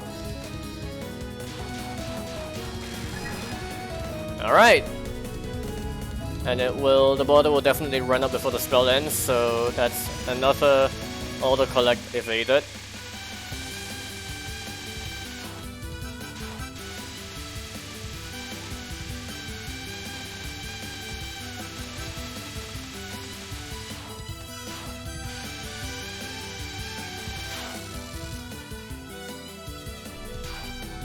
Revenge bullets, I guess that's one way to think about it.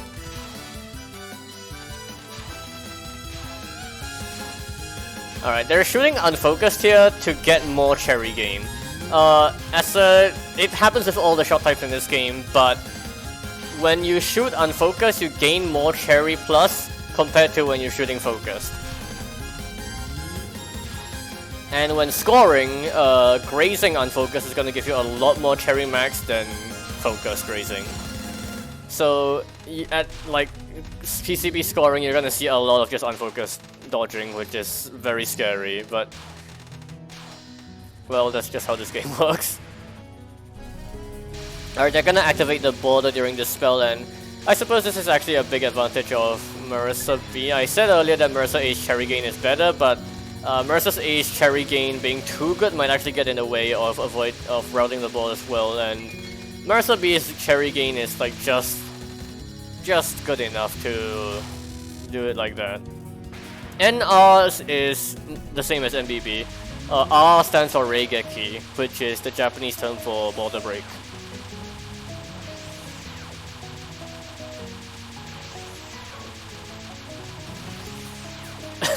Interesting micros. Does grazing without the border do anything? I think it does. At the very least, it adds to the value of the cancel items and some clear bonus on the stage, but I don't think it does anything with the cherry directly. I could be wrong. Yeah, of course, it boosts the spell card bonus.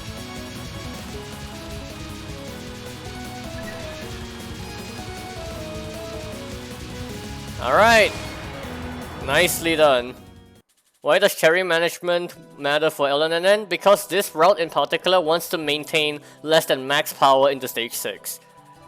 And if you don't manage your cherry properly, you end up getting auto collect on the power items.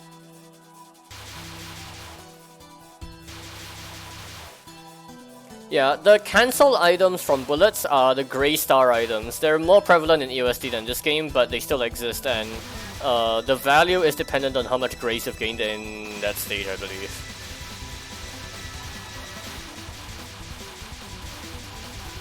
Oh yikes! Oh yikes! Having to dodge the items on this section is rough. Collected 8 power there.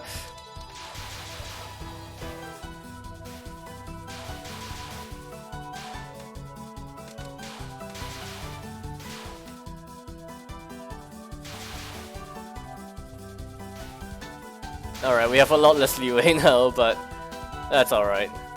It's already close enough to the end of the game, I think. Though this section still looks so damn spooky.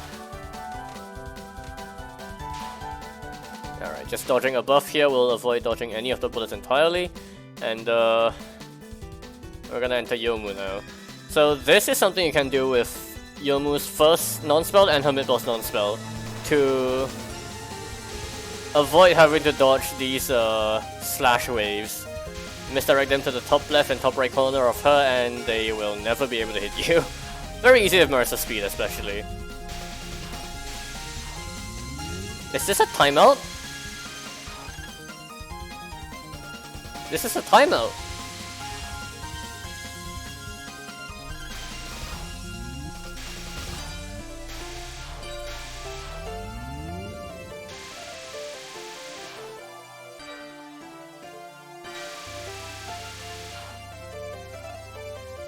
Do they have to do the mid spell then? I'm actually not sure.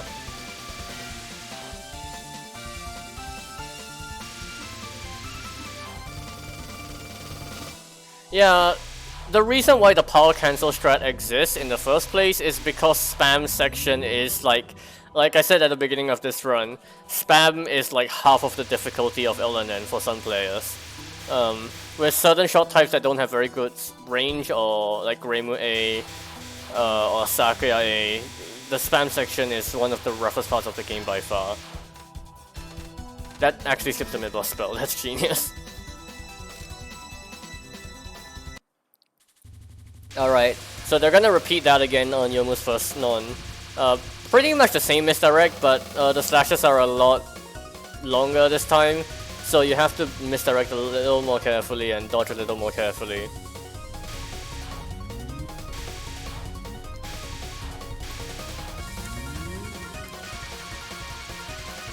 Technically speaking, there is a bit of a distinction between FS and non-FS runs in all of the games. No, NR also stands for no Reigeki. Reigeki is the Japanese term for border break, and if I put MBB, the text is too big for the the box.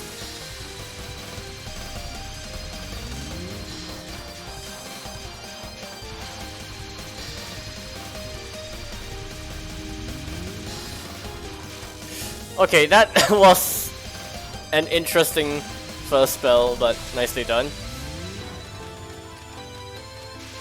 And yeah, the FS distinction does sort of matter in all of the games, because there are some timeout strats in all of the games.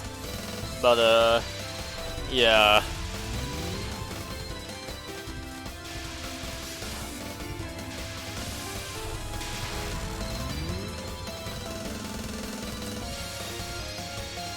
Alright. This spell shouldn't be too much of an issue. I don't know about the border though.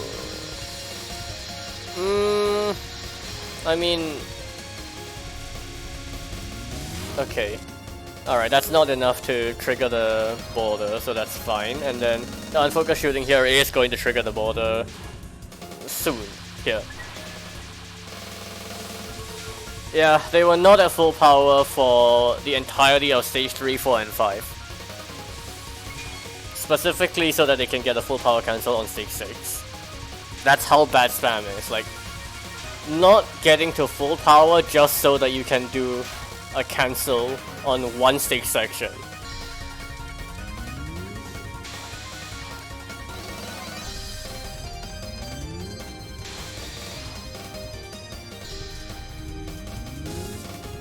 You can't power cancel books. You can't power cancel books. There's no power items dropped during the book section. I mean, you can power cancel maybe the start of it, but that's like not really important.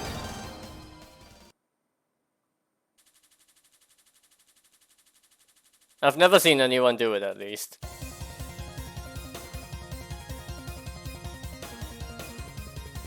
Alright, here we go. The accumulation of all of that routing. Everything's built up for this. Spam section is one of the dumbest parts of the game. Very fast random spam, and it's gone. Well, it's not gone. You can see at the end there, it's still kind of spooky, but imagine having to dodge that the whole way through instead of just one spooky moment.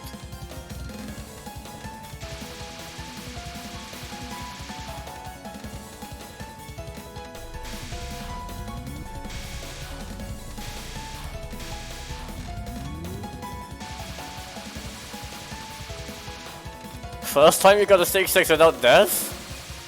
Well, when you're doing a strat like this, it certainly does increase the difficulty of the entire game. I don't know about timing this one, honestly. At this point you're at max power, so like collecting items, the cherry gain, the management, that all doesn't matter anymore. And I guess if you didn't route the mid-boss spell, then there's like no point trying to go for it. I'm just gonna fast forward this is very simple. Well, bye, Omu.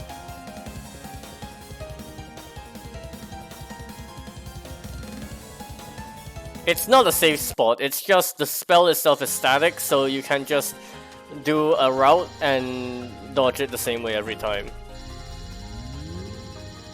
I mean, maybe that's a safe spot for specifically, but that seems kind of precise, and I don't think most people do it that way.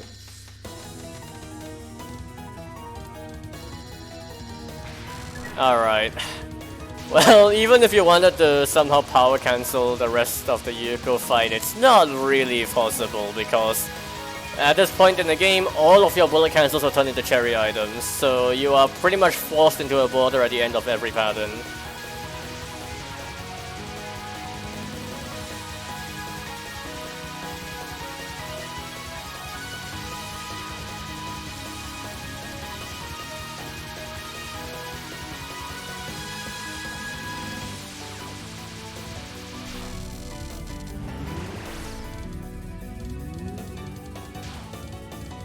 And this is where Mercer B's piercing is actually going to show itself, whereas we saw in the run earlier, also done with Mercer B, the Fan and Yuko themselves are both hitboxes that can be hit with the piercing laser, which will increase the damage that you deal quite substantially whenever you're hitting Yuko herself and the Fan behind it. But yeah, I don't really know how much of a difference it actually makes. And yeah, they just got the 200 item extend. It's not quite double damage, because the Fan... dealing damage to the Fan doesn't deal all of the damage that you would normally deal to Yuko. But it is a fair amount more damage. And yeah, this is how you want to do this spell, like you have to route this. If you don't route this, the dodging gets very sketchy. If you're an absolute madman, you can try to do the spin scoring strat, but you know, that's really unnecessary for this level, even for this level of play. Alright, they're actually gonna move back to the middle to try to deal more damage. It's spooky.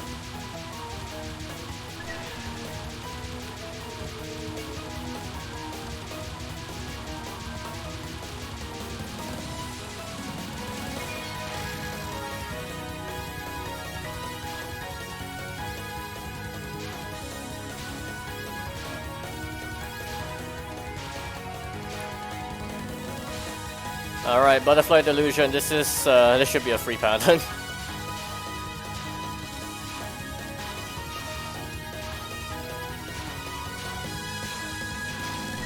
Okay. Only a couple more patterns left.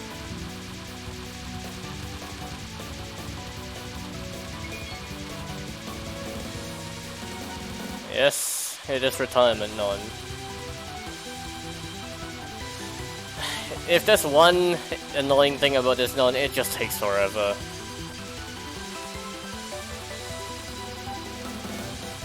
I don't know about lowest scoring of all time because this is not the only power cancel on end, but certainly one of them.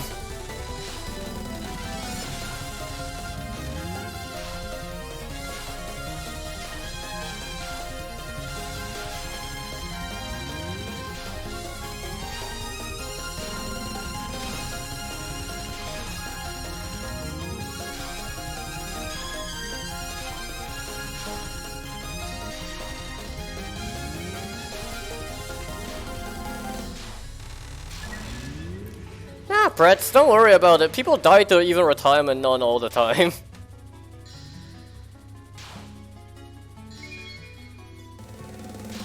I seem to recall that even TWC players die to retirement non. Like, that's... you know. Don't worry about it. Alright, final pattern here. Oh no, they didn't get a restream off? Okay, that's very... that's very sketchy.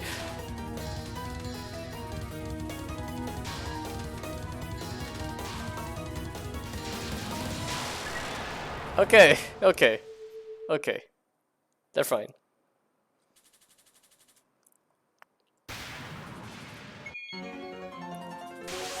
Arby, let's see how they do.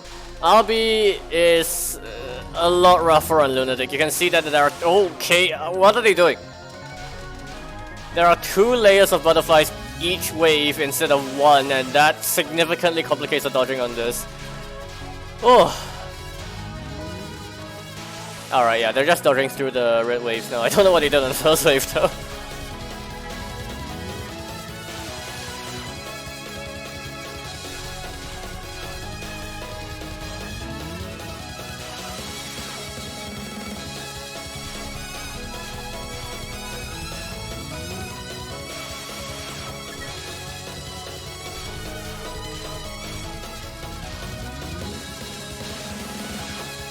Two more waves. Okay, that got a bit that got a bit spooky. Last wave. Oh yikes! Alright, yeah. GG. Fantastic LNN. Congrats! Very, very, very nice. Power cancel is not something I don't think I've ever seen power cancel done using Marisa B before. At least not this successfully. But certainly a very interesting watch. Very different from the last PCB run, despite both being PCB survival runs on very similar difficulties.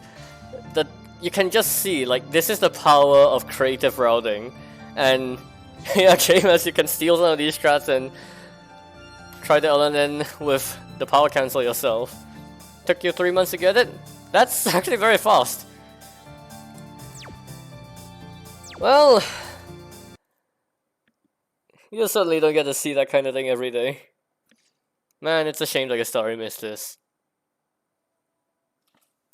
But we have one final run for today. It's going to be a fan game run. By Banana Wall. Oh wait, no. They have not responded to me, I don't think. Okay, we're not gonna do that run then. Yeah, actually no. I would have shown a fan game run if the replay I could even download, but we can't, so never mind. What's next on the list? Down, down, down. Oh Christ. Can we end on a better note than that? Sure, let's show this run instead. Give me a second.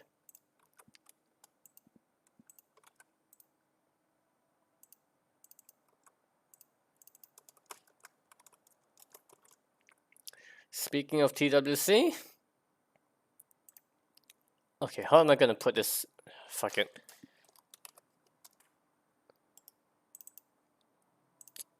Stupid Wabok.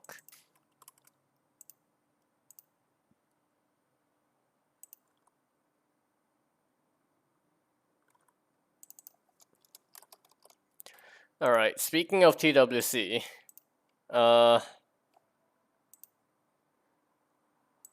Well, looks like Behem has submitted their TWC run of Wabok Rainbow Order. This is not in the schedule, but I can't show the last run because I can't download it. Yeah.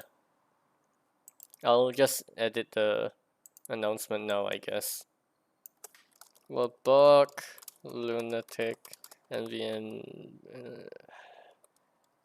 H, Rainbow Order. Yeah, there, 1 second. This happens every time I do a TRS.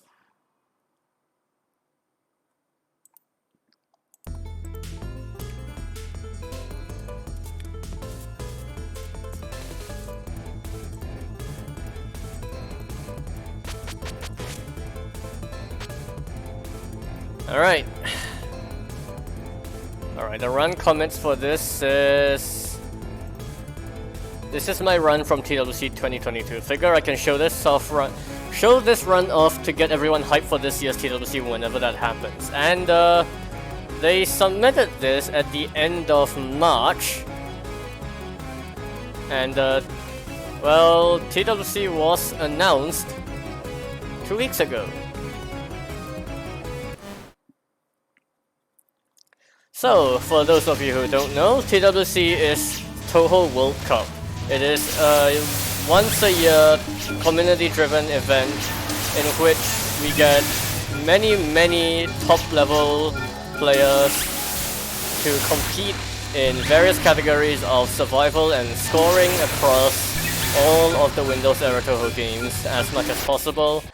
And every single year we have fantastic matches, and honestly, it's one of the most fun events in the entire community, both to put on and to watch.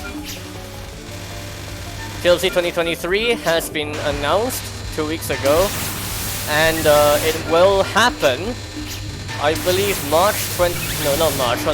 May 26th. Teams will not be region-based anymore. We changed that since last year. The teams will be themed based on Kokoro. I cannot tell you what exactly the names will be, but you can have a guess as to what kind of team names we'll be having this time. And speaking of which, you can type the !TWC command in chat to take you to the TWC website, I believe. And yeah, Roblox Stage 3 is just tab streaming. There you go. Yeah, the TWC command in chat will take you to the TWC website, and let me just bring up the announcement tweet specifically.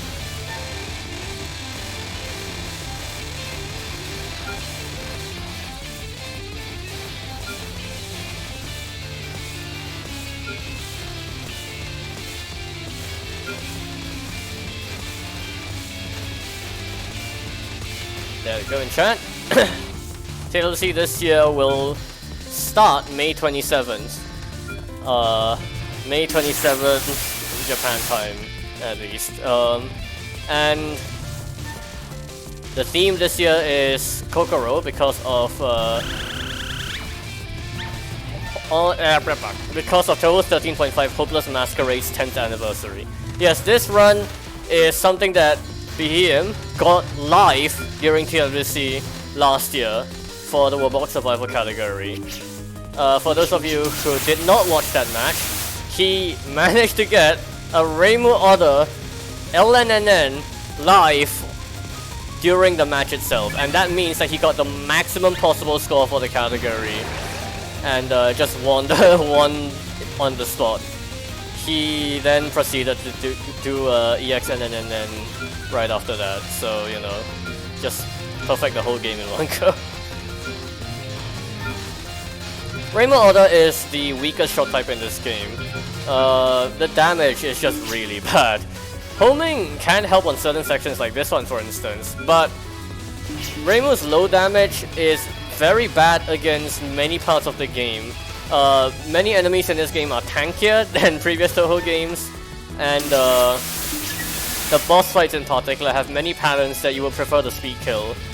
Other characters in this game, Marissa just has good damage overall.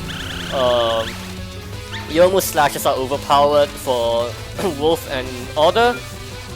For Eagle, Yomu's slashes are bugged and deal a lot less damage than they're supposed to, but there's still enough damage to take care of stage sections. And the unfocused shotgun actually deals a lot of damage and decimates the Mayumi fight, which is a big problem for this shot type. Yomu Eagle has other problems, however, especially during non-spells like this one, where you have to basically unfocus to do any damage whatsoever. But the rubrics so far heavily reward playing Reimu Order in particular.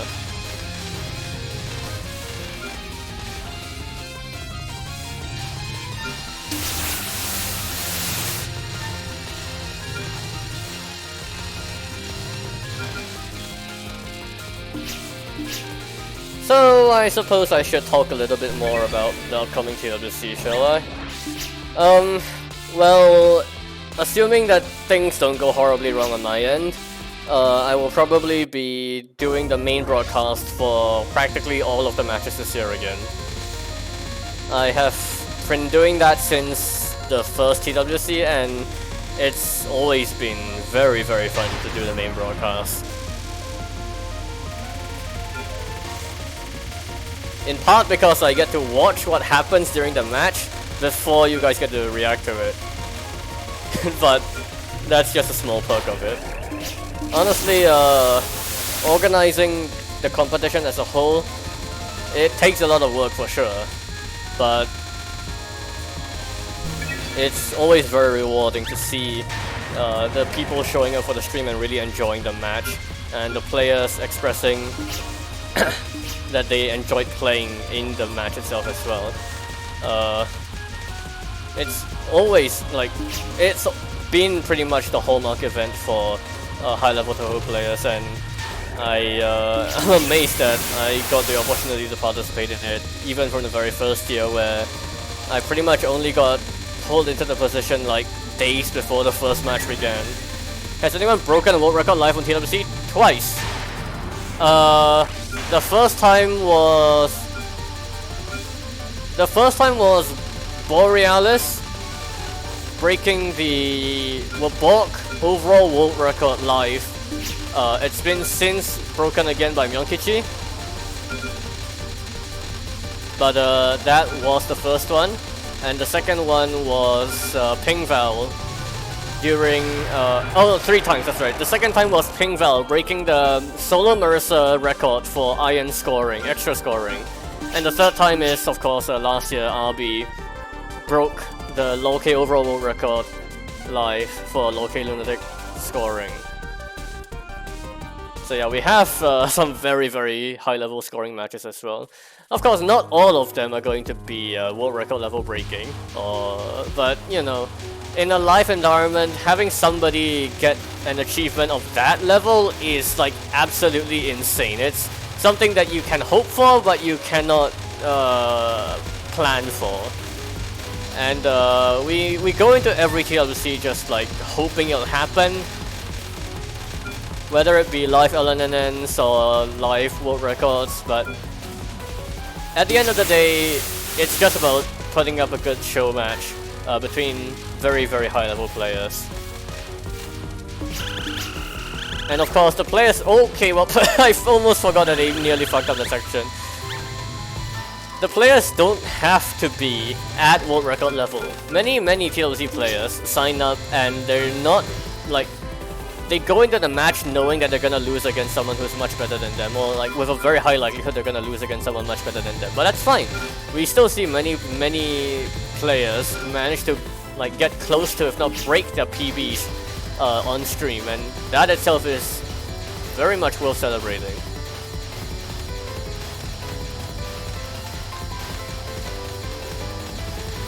And to begin with, being able to play at such being able to play live at a competition like this and pull off a feat, like, even being able to, say for instance for survival, get within the 5 miss limit, and for scoring, just being able to finish a decent scoring run, that alone is already a very high task, a very difficult task. Yeah, stage 5 for Mayumi, the mid-boss there, you can just spin it and you'll be fine.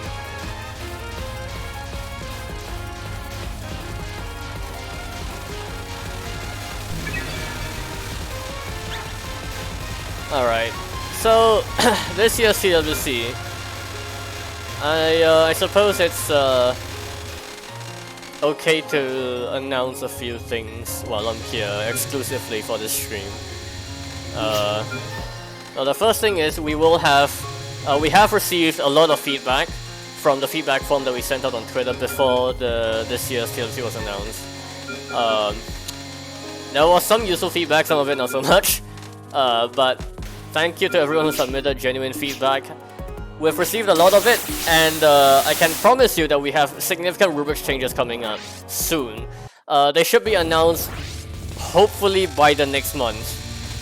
And we'll put the rubrics up on the website, update the calculator as well, so that the players for the matches and just anyone who is interested can look at the updated rubrics and see what we've changed about them. Significant rubrics changes, I can promise you.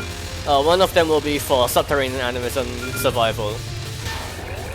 We are going to update the rubrics for that, specifically because of Catwalk.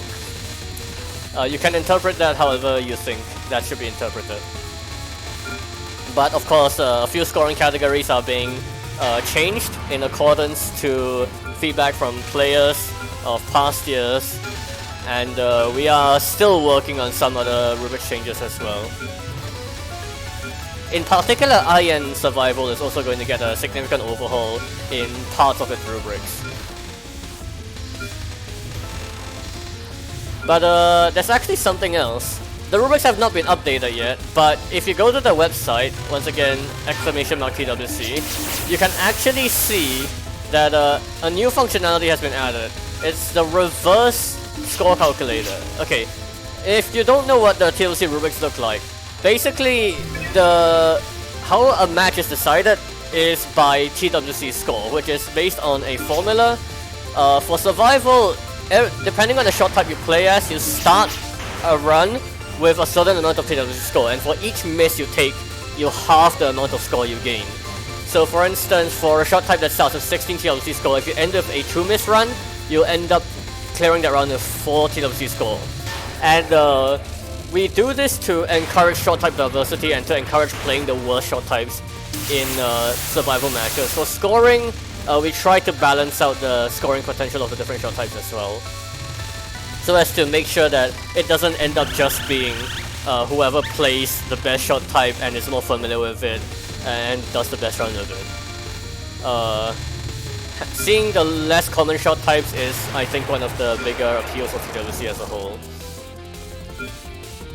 And so for the rubrics wise, if you go to the website, you can see that we've actually added a new functionality to allow you to put in a certain amount of TWC score, and it will output how much score you need to gain in a scoring match in order to get that much TWC score for a shot type.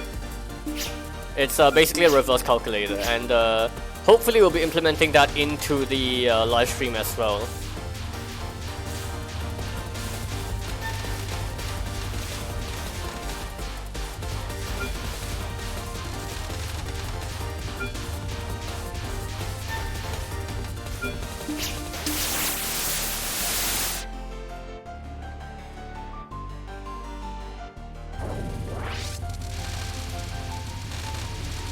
Alright, 6-6 Mayumi mid-boss non can also just be spun.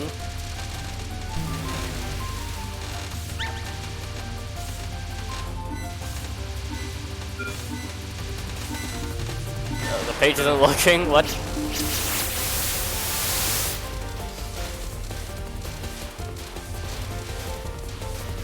There you go, why is the page... No, that's not right. Oh no, it is updated. What?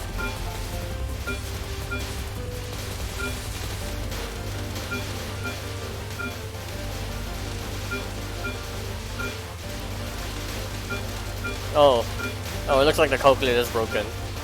Never mind. I'll get that looked into. The calculator's broken for now. Yeah, gold medal. Oh, Okay, well, that's strange. Well, we'll fix that. We'll fix that.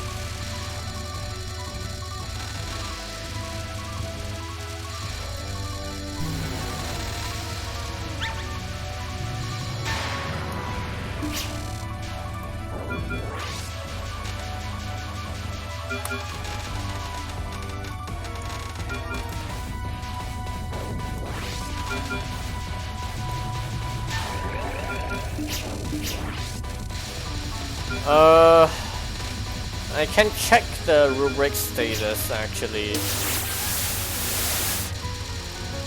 But yeah, I mean, some of this is internal information, so I won't be able to reveal too much, but I can tell you that we have a lot of categories being updated this time.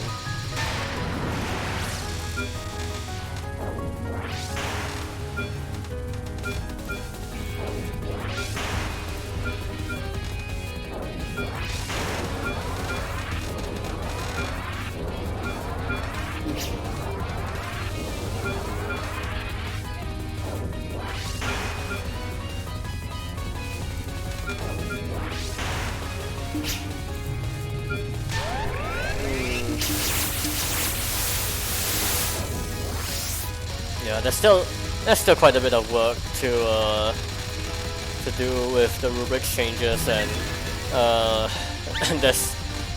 we're still in the player sign up phase.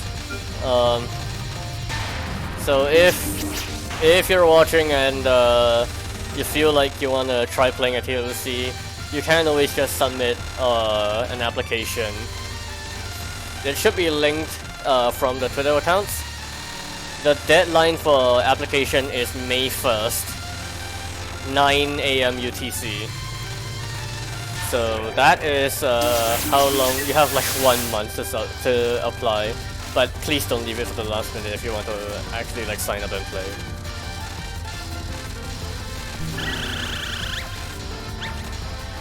There are certain categories which are a bit overpopulated at the moment, but we'll resolve that with just qualifier matches, as usual.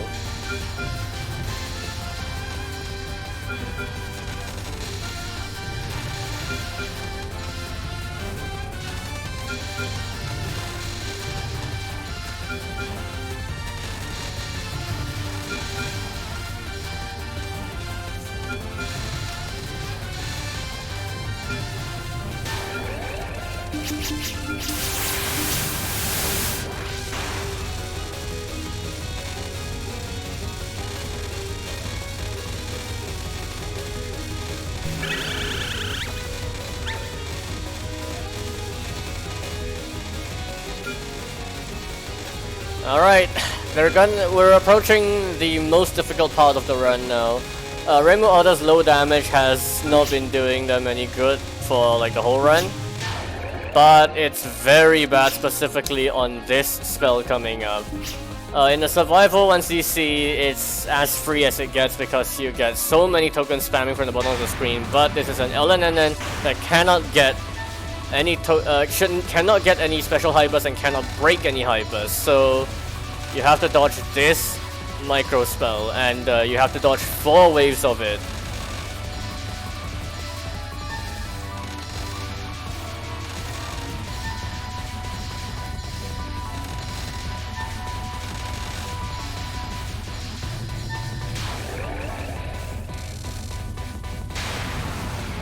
And from this point on, just Idola Diabolus left.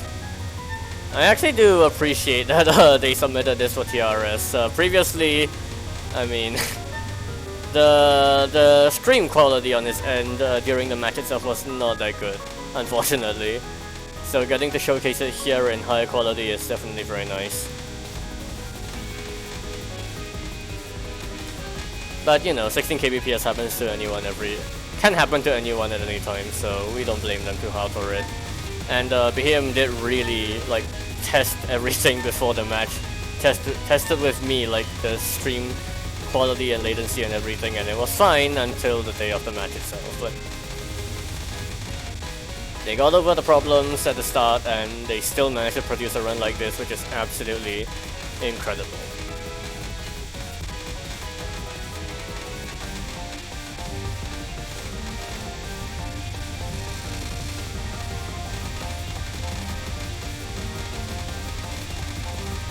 Ben is very, very good at Warborg.